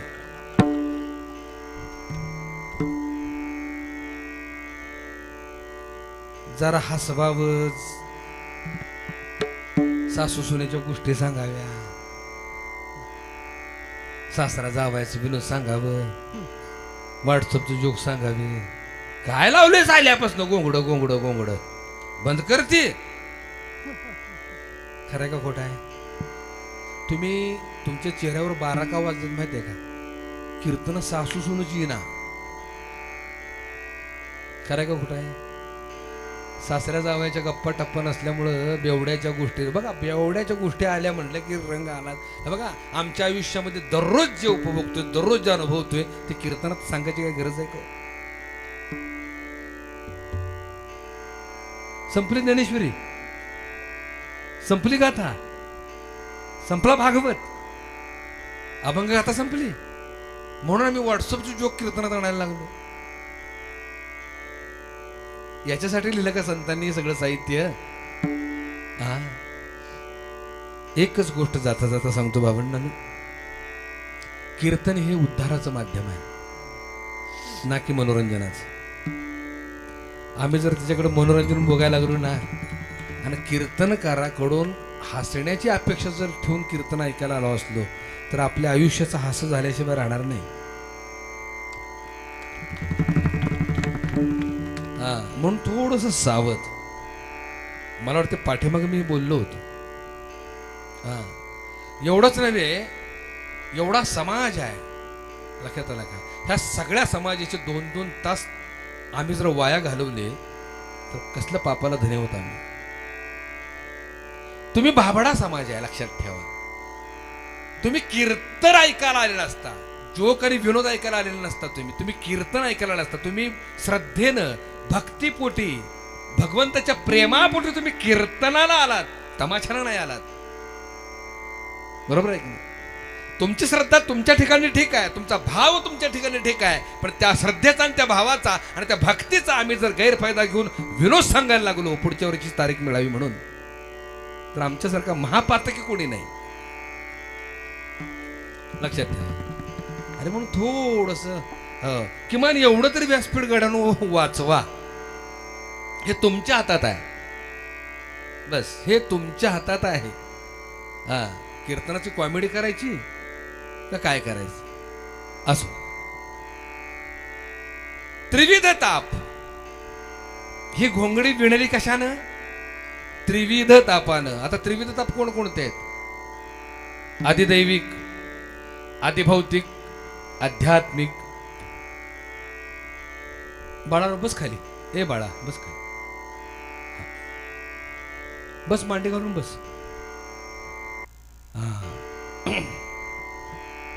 आदिदैविक ताप म्हणजे काय? हे 3 ताप सांगून सेवेला मी पूर्णविराम देतो. आदिदैविक ताप म्हणजे पूर्व जन्मामध्ये, पाठीमागच्या जन्मामध्ये जे आम्ही पाप केलेले आहेत त्या पापाचं फळ दुःख रूपाने या जन्मी वाट्याला येतं. त्याला आदिदैविक ताप म्हणतात. कोणकोणती ताप आहेत ती? जन्माला येतानाच नाक आणि तोंडी एक, जन्माला येतानाच कान नसलेलं, जन्माला येतानाच नाक नसलेलं, जन्माला येताना आंधळं, जन्माला येतानाच मुक, जन्माला येतानाच बहिर, जन्माला येतानाच तिरळ, हो, जन्माला येतानाच ओठ नसलेलं, हो, जन्माला येतानाच दाताची फळ बाहेर आलेली, जन्माला येतानाच पांगळ, जन्माला येतानाच लुळ, जन्माला येतानाच हातपाय नसलेलं धड, जन्माला येतानाच खेकड्याच्या चालीचं. ही आदिदैविक तापाची लक्षणं आहेत. आता काय मंडळी म्हणतील, अरे जन्माला येताना हे दुःख घेऊन आले, हे लोक काय केलंच नाही तर ह्याच्या वाटाने हे दुःख का? ह्या जन्मातलं दुःख नाही, ते कुठल्या जन्मातलं आहे? पूर्वजन्मी पाप केले ते पाहू विस्तारिले. पूर्वजन्मी पाप केले हे पाहू विस्तारिले.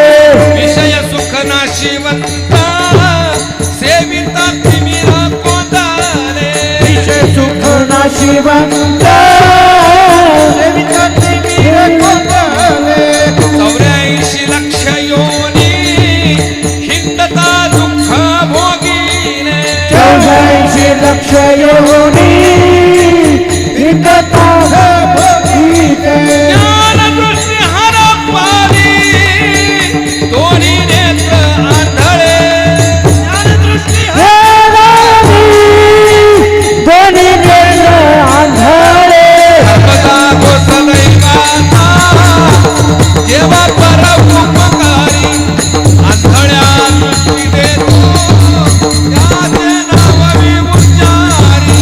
सर्वदा गोसदैवाचा देवा परोपकारी. आंधळ्या दृष्टी देतो त्याचे नाव उच्चारी. पूर्वजन्मी पाप केले ते हे बहुविस्तारिले. कारण विषय सुख नाशिवंत सेविता तिमिर कोंदले. 84 लक्ष योनी हिंडता दुःख भोगिले. 84च्या जन्मयोनीतली सगळी संस्कार प्रारब्ध रूपानं, संचित रूपानं या जन्मी वाट्याला येतात आणि ते दुःख भोगावं लागतं. या नाव आदिदैविक ताप. आदिभौतिक ताप म्हणजे काय? आदिभौतिक ताप म्हणजे दुसऱ्याकडून झालेला ताप. निसर्गातून भौतिकतेतून झालेला ताप त्याला आदिभौतिक ताप म्हणतात. हा ताप कशामुळे होतो? सावधपणानं न वागल्यामुळं. 24 तास 12 महिने बेसावध, सावधानताच नाही.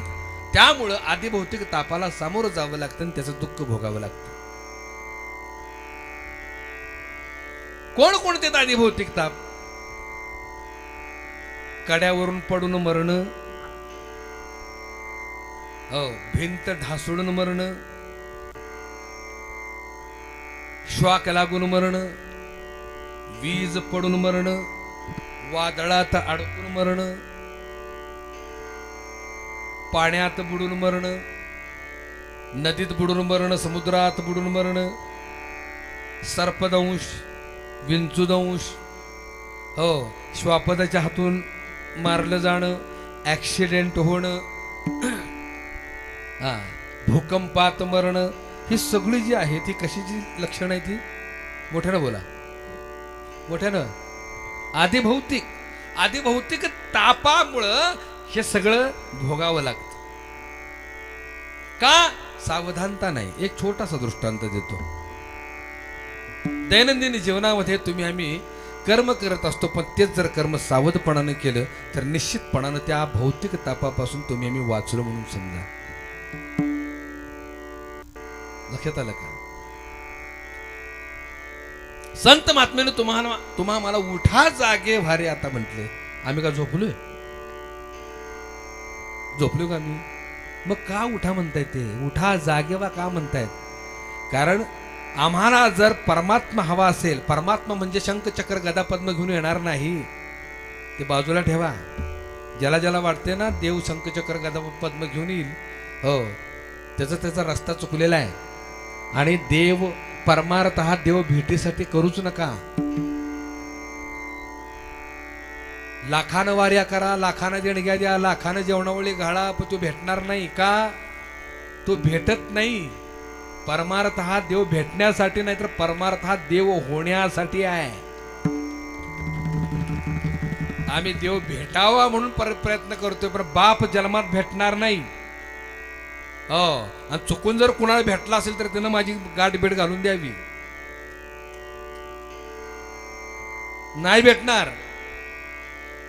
आमच्या कर्मातनं निर्माण झालेलं जे समाधान आहे, त्या समाधानाचं दुसरं नाव भगवंत आहे. योगः कर्मसु कौशलम. आम्ही जर कौशल्यपूर्ण कर्म केलं, जागृत अवस्थेत कर्म केलं, जाणीवेतून कर्म केलं, डोळसपणानं कर्म केलं, आम्ही पाप जरी करायला निघालो, डोळसपणानं जर ते पाप कर्म करायला गेलो तर ते पाप होऊ शकत नाही. कारण डोळसपणानं केलं कर्म पापच नसतं, ते पुण्यच असतं. पापकर्म कशामुळे होतं? आंधळेपणामुळे होतं. हो, क्रोधाची नशा डोळ्यावरती आमच्या येते ना, आमच्या हातून घडून येतं कृत्य घडतं. या नाव आंधळेपणातून केलेलं कर्म, डोळसपणानं केलं कर्म हे पुण्यच असतं. म्हणून उठा जागे व्हारे आता. मग तो प्रपंच असेल, तो परमार्थ असेल, हे सगळं करत असताना महत्वाचा विषय लक्षात ठेवा, जागपण असावं, जागृती असावी. जेवताना जागेपण, चालताना जागेपण, कर्म करताना जागेपण, पाणी पिताना जागेपण, भोग भोगताना जागेपण, किंबहुना पाप सुद्धा करताना जागेपण. बघा, आणि हे जर जागेपण असेल ना तर आमच्या हातून वाईट कृत्य घडणारच नाहीत. म्हणून उठा जागे वारी आता. आम्हाला दुःख का भोगावं लागतंय? आंधळेपणानं कर्म करतोय. एक छोटंसं उदाहरण देतो. एकानं बैल पाळला होता. एकानं बैल पाळला होता. तो बैल जरा बुजरा होता. बुजरा म्हणजे कळलं का? माहित आहे ना? बुजणारा, बित्रा. त्याला काय केलं? बैला पाणी पाजण्यासाठी शेताला घेऊन गेला, शेतावरची विहिरीवर. बैलाला पाणी वगैरे पाजलं आणि ते बैलाला परत घेऊन येत असताना त्याचं दावं, त्या बैलाचं दावं आपल्या हातात होतं. तो घेऊन परत घेऊन येत होता. त्याला बसवा, त्याच्यावर खेळू नका.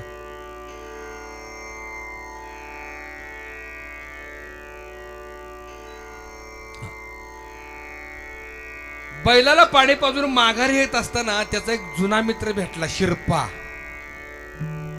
काय नाव त्याचं? शिरपा. शिरपा भेटला. तो शिरपा एकटा आला नव्हता, तर तो आपल्या म्हशी चरायला घेऊन आला होता. पण त्याच्या म्हशी झुडपाच्या आडाला चरत होत्या, त्यामुळे म्हशी दिसेनात. शिरपा तेवढा दिसला. ह्यो गेला, शिरपा अरे तंबाखू आहे का? शिरपा म्हणला हाय. दोघं एकत्र आली, तंबाखू पार्टी सुरू झाली. ह्यो म्हटला तर बैल कुठं बांधू दुसरीकडं. त्या बैलाची दोरी दावं गुंडाळलं हाताला. कुठं गुंडाळलं? हाताला गुंडाळलं. तंबाखू पार्टी सुरू झाली. हो, आणि शिरपाच्या म्हशी झुडपाच्या मागे चरत होत्या.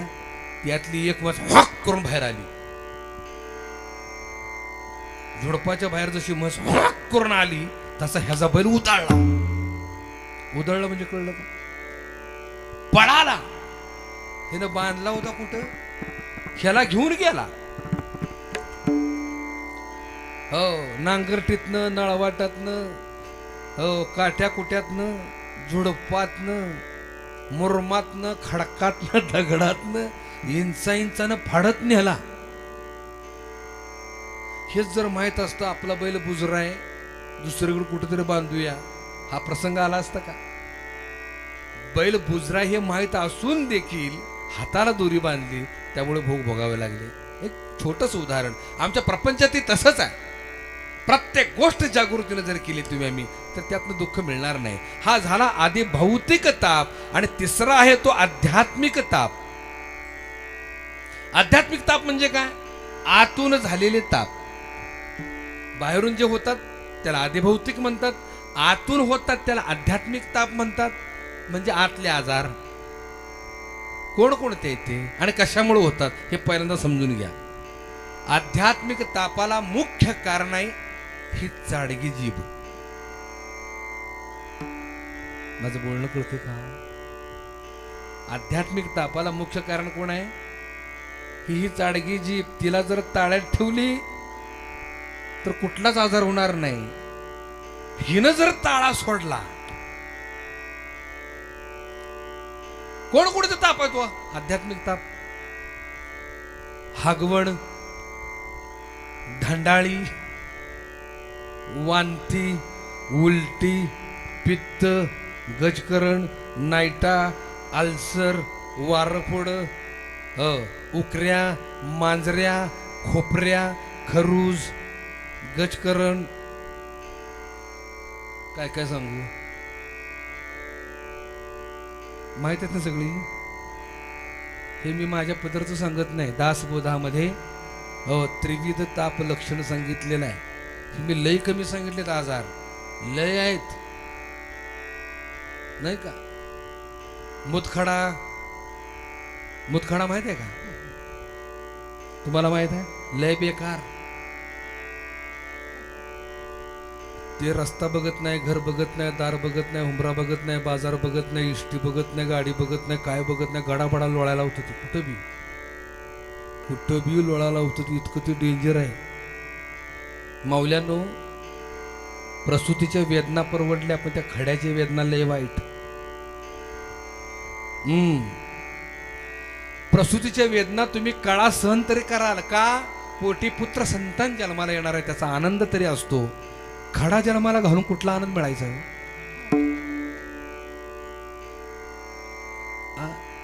उगीच गडाबडा लोळायचं ते. बरं, ते काय खडा जन्माला घालून त्याला काय तो अनमोला म्हणून अंगठीत घालायचा आहे का? बारसं करायचंय त्याचं? काहीच उपयोग नाही, काहीही उपयोग नाही. उगीच गॅसवर. परत गरोदरपणाच्या वेळेला माऊली आमच्या जातात सोनोग्राफी करायला. सोनोग्राफी झाले की डॉक्टर आनंदाची बातमी देतात, आहा हा, काळजी करू नका, बाळ सुदृढ आहे. खड्याची जर सोनोग्राफी करायला गेल्यावर डॉक्टर म्हणला खडा सुदृढ आहे, तिथं शिव मारायचा. अहो, प्रसूतीची तारीख तर डॉक्टर देतात हो, खड्याची तारीख देत नाहीत. ते तुझं तू बघ. 6 महिने, वर्ष, 2 वर्ष. त्यामुळं आता हसायला येते, पण ज्याला ज्याला झालाय त्याला विचारा. बरं, एवढा पोट तिडकीने मी का सांगतोय माहितीये का? त्या फेज मधनं मी गेलोय. लय वाईट आहे त्या वेदना. असा मुतखडा, मूळव्याध माहितीये का? आप्पा तिरक का चालताय? आप्पा म्हणतोय बाबा रे, तरुणपणात खाल्लेलं फेडतोय बाबा. खाताना मजा आली हो. वल सुक, गरगरीत, झणझणीत, चमचमीत, तांबडा पांढरा. खाताना मजा येते, पण निसरताना लय ताप देत ती. काय झालं माहितीये का माऊली दादा? मी कॉलेजला असताना त्यावेळेला एसटीच, दुसरी वाहनच नाही. आणि एसटी म्हटलं की गर्दी गर्दी असायची. लक्ष देऊन आहे का? मी चुणचुणत होतो, त्या गर्दीतनं घुसायचो. लक्षात आलं? कारण आज जाऊन जागा धरून, खिडकीच्या बाजूला जागा धरून मी थांबायचो. एक वेळ प्रसंग असा आला, हो, तर चला केलं मी त्या गर्दीतनं घुसलो आणि 2 बाकड्याच्या सीटवर जाऊन बसलो खिडकीच्या बाजूला. पूर्वी काय असायचं माहिती आहे का? खाल्लं लोक वस्तू द्यायची, मोकळी पिशवी नाही का, नाहीतर एखादं रुमाल विमाल, कशासाठी? जागा धरायला. मी बसलो होतो खिडकीच्या बाजूला आणि एकानं मला दिली तबल्याची चुंबळ. अरे बाबा म्हटलं एवढं ठेव. मी घेतली चुंबळ आणि ठेवली बाजूला. मला आनंद झाला हो, आपल्याच बिरादरीतला आहे म्हणले का तबल जे आहे. थोड्या वेळानं तो वर आला, कसा बसा आला. आल्या आल्या मी त्याला प्रेमानाने उत्सुकतेने विचारलं, काय म्हणले आज कार्यक्रम कुठं आहे. तो म्हटला कसला कार्यक्रम. अहो म्हटलं तुम्ही तबल जे आहे ना चुंबळ घेऊन निघाला म्हणून. म्हटलं अरे बाबा आयुष्याचा तबला झालाय. काय झालं काय, चुंबळीशिवाय बसायला येत नाही. तेव्हा माझ्या लक्षात आलं की चुंबळीचा हा सुद्धा फायदा आहे.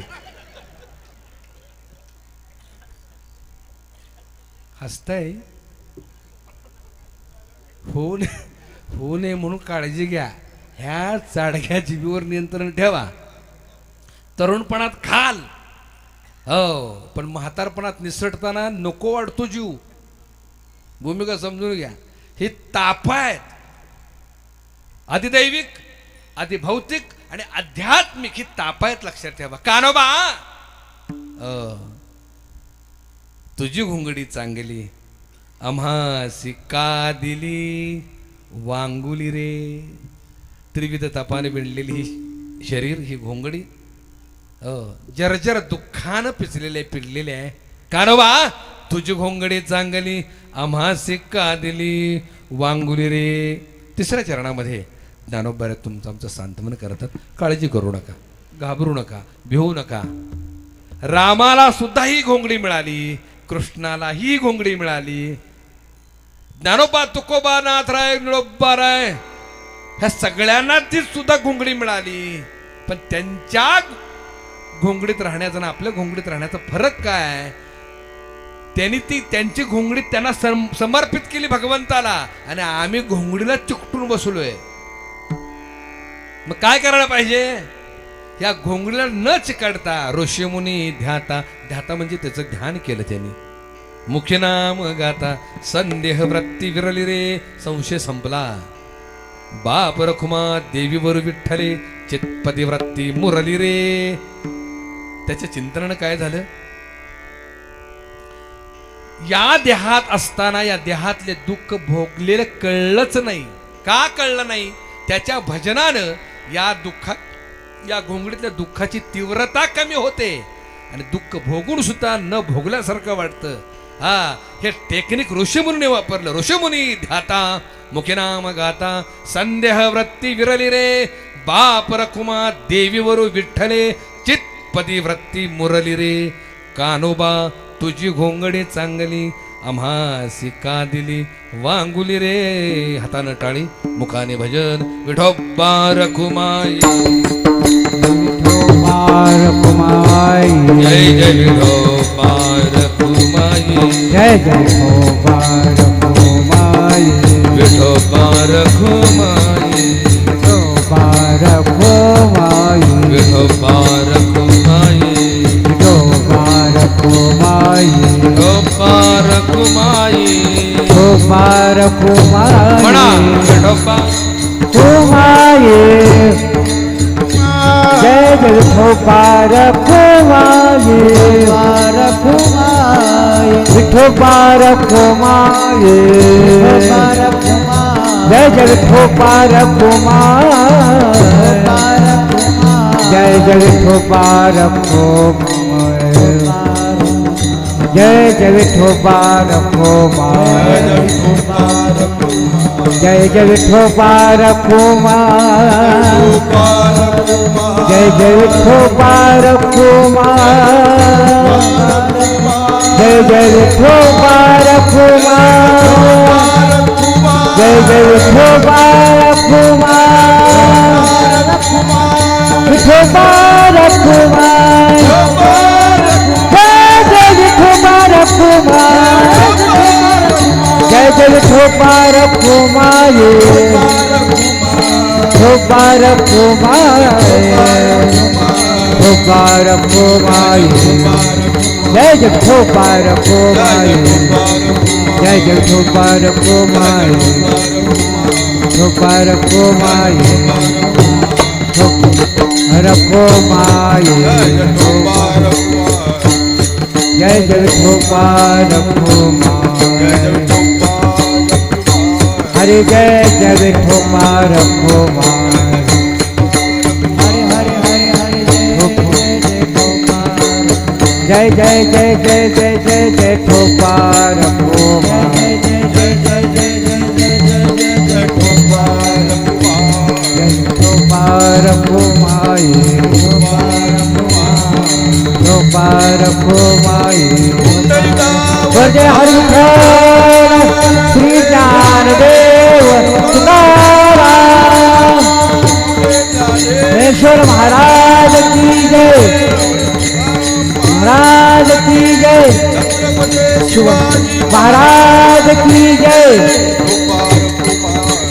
ठोपा रखो माई ठोपा रखो माई जय जय ठोपा रखो माई ठोपा रखो माई ठोपा रखो माई जय ठोपा रखो माई जय जय ठोपा रखो माई ठोपा रखो माई ठोपा रखो माई ठोपा रखो माई जय जय ठोपा रखो माई जय जय ठोपा रखो माई जय जय ठोपा रखो माई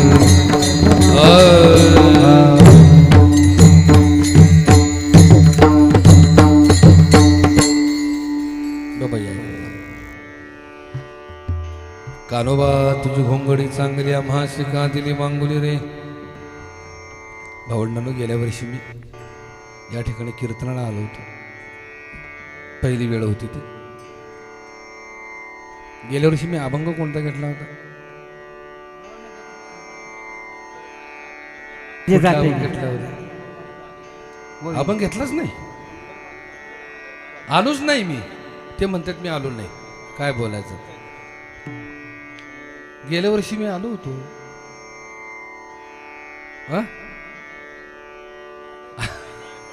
इथे आलो होतो. सुंदर माझे जाते का अभंग घेतला होता मी. मला एक चिठ्ठी आलेली आहे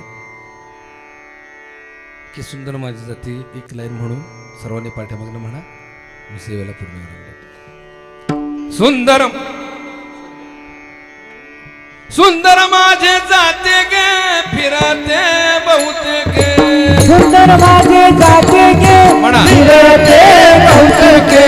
सुंदर माझे जाते गे फिरते बहुते गे. सुंदर माझे जाते गे फिरते बहुते गे. ओव्या गाऊ कौतुके तू ये रे बा विठ्ठला. ओव्या गाऊ कौतुके तू ये रे बा विठ्ठला. ये रे बा विठ्ठला. ये रे बा विठ्ठला. ये रे बा विठ्ठला तू ये रे बा विठ्ठला. ये रे बा विठ्ठला तू ये रे बा विठ्ठला. जीव शिव दोन्ही गुंटे गे प्रपंचाचे नेते गे. जीव शिव दोन्ही खुंटे गे प्रपंचाचे गे. टाळकर यांनी मृदंग वाजक थांबा जरा. श्रोत्यांनो, तुम्ही प्रचंड मोठा प्रतिसाद द्या. मोठ्यानं म्हणा. जीव शिव दोन्ही गुंटे गे प्रपंचाचे नेते गे.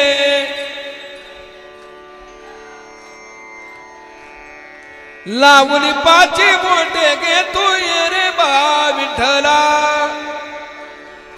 वा. सासू आणि सासरा धीर तो तिसरा. वा.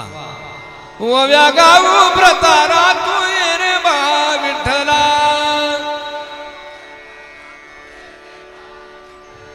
ये रे बा विठ्ठला. आहा. ये रे बा विठ्ठला. ये रे बा विठ्ठला तू ये रे बा विठ्ठला.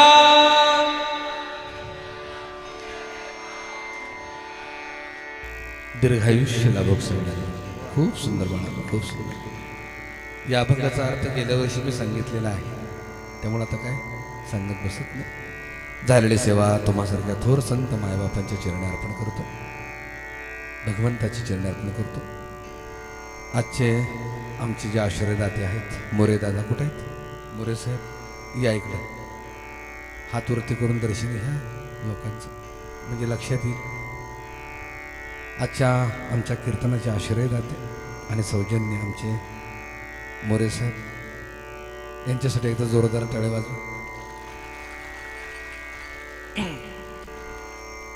त्यानंतर माझ्यावर अखंड प्रेम करणारे आमचे विजय शिंदे साहेब खूप प्रेम करतात. त्यांच्या आग्रहापोटी, त्यांच्या अट्टहासापोटी तुम्हासारख्या थोर संत मायबाबांचं दर्शन झालं. आणि या कीर्तनाचं जे खूप सुंदर असं, किंबहुना या ज्ञानयज्ञाचं खूप सुंदर असं नियोजन जे केलेलं आहे त्यांचे संस्थान, खूप मोठं संस्थान आहे. या सर्वांचे मी ऋण व्यक्त करतो. मुखातून चुकीचा शब्द, आवेशातून जर हृदयाला लागणारा शब्द गेला असेल तर लेकरू समजून पदरात घ्या.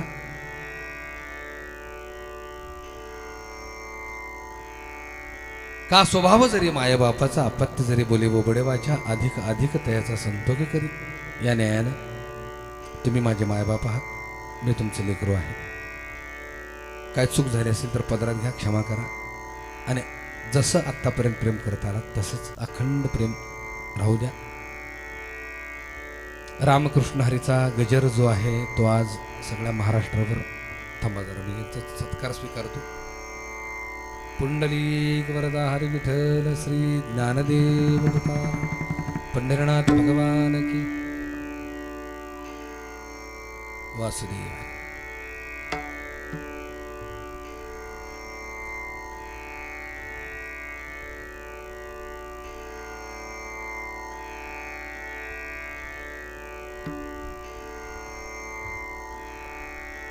यूट्यूबवरती आपल्या प्रत्येकाच्या घरामध्ये नित्यनेम व्हावा ही माझी प्रामाणिक आणि प्रांजळ तळमळ.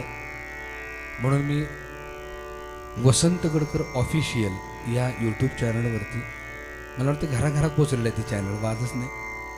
त्यामध्ये मी नित्यनेमाचे 12 अभंग रेकॉर्ड केलेले आहेत. नित्यनेमाचा हरिपाठ रेकॉर्ड केलेला आहे.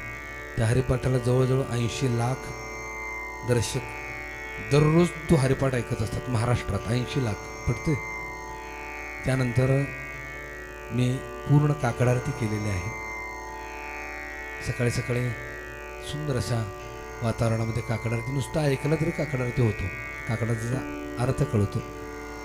रामकृष्ण हरीचा गजर आज महाराष्ट्रातल्या प्रत्येक मोबाईलमध्ये रिंगटोन म्हणून वाजतोय, नाही का? इंस्टाग्रामवरती प्रचंड ते व्हायरल झालेलं. माझी भूमिका एकच आहे, मला प्रसिद्धी मिळवायची नाही. या माध्यमानं भगवंताच्या कीर्तिरूपाचं वर्णन आपल्या मुखातून व्हावं, त्याचं भजन आपल्या मुखातून बाहेर पडावं आणि त्याचं चिंतन ह्या हरिपाठ, काकडा आणि 12 अभंगाच्या माध्यमातून व्हावं, या उद्देशाने मी हा प्रयास केलेला आहे. त्यामुळं प्रत्येकाने वसंत गडकर ऑफिशियल हे चॅनल सबस्क्राईब करा. जवळजवळ 600 व्हिडिओ आहेत आणि त्यामध्ये आध्यात्मिक निरूपणाशिवाय दुसरं काहीही नाही. असो, महाराष्ट्राने, महाराष्ट्र बाहेर सर्व लोक माझ्यावर प्रेम करतात, असंच प्रेम अखंड राहू द्या ही तुम्हा चरणी प्रार्थना करतो. आणि या ठिकाणी मी सेवेला पूर्णविराम देतो. पुन्हा एकदा तुम्हा सर्व संत मायबापांच्या चरणी ही सेवा अर्पण करतो, सद्गुरूंच्या चरणी सेवा अर्पण करतो, सेवेला पूर्णविराम देतो. ज्ञानेश्वर माऊली ज्ञानराज माऊली तुकाराम, ज्ञानेश्वर माऊली ज्ञानराज माऊली महाराज ज्ञानेश्वर माऊली ज्ञानराज माऊली, महाराज ज्ञानेश्वर माऊली ज्ञानराज माऊली, महाराज ज्ञानेश्वर माऊली ज्ञानराज माऊली तुकाराम, ज्ञानेश्वर माऊली ज्ञानराज माऊली तुकाराम.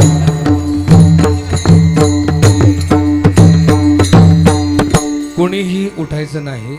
माझ्यासाठी अजून फक्त 5 मिनिटं द्या. मला माहिती आहे उशीर झाला, फक्त माझ्यासाठी 5 मिनिटं द्या.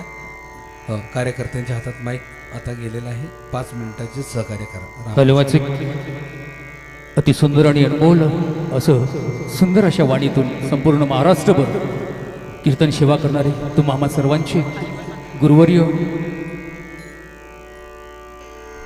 बाळकृष्ण दादा वसंत गडकरांचं या ठिकाणी अनमोल असं सुंदर अशा वाणीतून कीर्तनाचा आनंद घेतलात, आस्वाद घेतलात. आजचे संध्याकाळचे अन्नदाते यांना मी विनंती करतो की आपण व्यासपीठावरती यायचं आहे. कैलासवासी सुशीलाबाई राजशेखर कस्तुरे यांच्या स्मरणार्थ शरणप्पा राजशेखर कस्तुरे, माननीय शरणप्पा राजशेखर कस्तुरे यांना विनंती करतो आपण व्यासपीठावरती यायचं आहे. तसेच सकाळच्या अल्पहारची पंगत कल्याणप्पा ख्याडे, कैलासवासी कल्याणप्पा ख्याडे व कैलासवासी प्रभाकर ख्याडे यांच्या वतीनं या ठिकाणी आयोजित केलं होतं. कोणीतरी या ठिकाणी आशीर्वाद घेण्यासाठी यावं ही नम्र विनंती.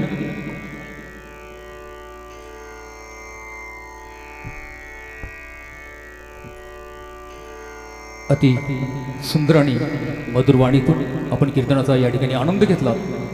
यानंतर कीर्तन संपल्याच्या नंतर भरपूर असा महाप्रसाद बनवलेला आहे.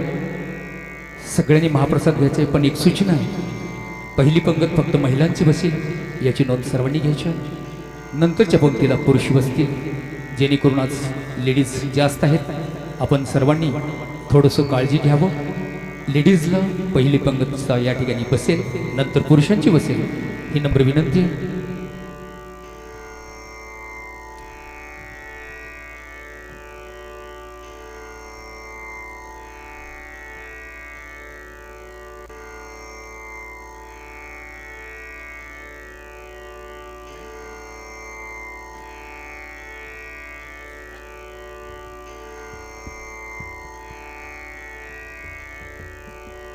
महाराज, आपण आपली मुक्ताईंची ओवी खूपच अनमोल आणि अतिसुंदर अशा वाणीतून आणि शब्दरचनेतून प्रत्येकांना समजेल अशा शुद्ध मराठीतून या ठिकाणी आस्वाद केले.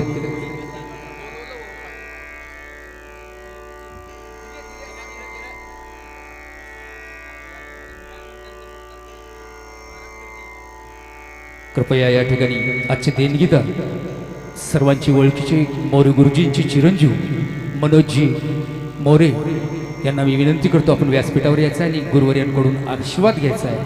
तसं मी आपल्याला विनंती करतोय. तुम्हा सर्वांनाच परिचयाचे सर्वांची गुरुवर्य कैलासवासी मारुतीरावजी मोरे यांची चिरंजीव माननीय मनोजजी मोरे यांच्या वतीनं आज कीर्तन सेवेची देणगी होती. याची नोंद सर्वांनी घ्यावी आणि गुरुवारांना विनंती करतो आपण चालू करू. ऋषी मुनी ध्याता मुखी नाम गाता, ऋषी मुनी ध्याता मुखी नाम गाता, ऋषी मुनी ध्याता मुखी नाम गाता, ऋषी मुनी ध्याता मुखी नाम गाता. संदेह वृत्ती वीरली रे संदेह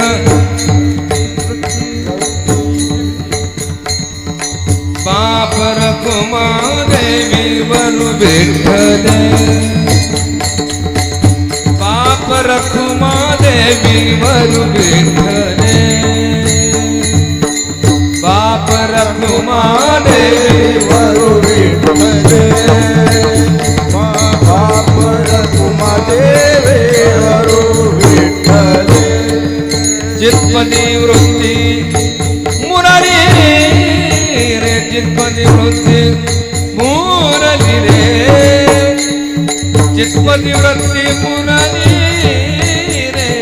कानोबा तुझी गोगडी चांगली चांगली, कानोबा तुझी गोगडी चांगली चांगली चांगली चांगली चांगली चांगल. जय जय विठ्ठल, जय जय विठ्ठल, जय विठ्ठल, जय जय विठ्ठल. हा बोली जय जय विठ्ठल. राखमा राखमा अहो नाही जाई राखमा राखमा कावणे जाणे घरा कावळे राखमा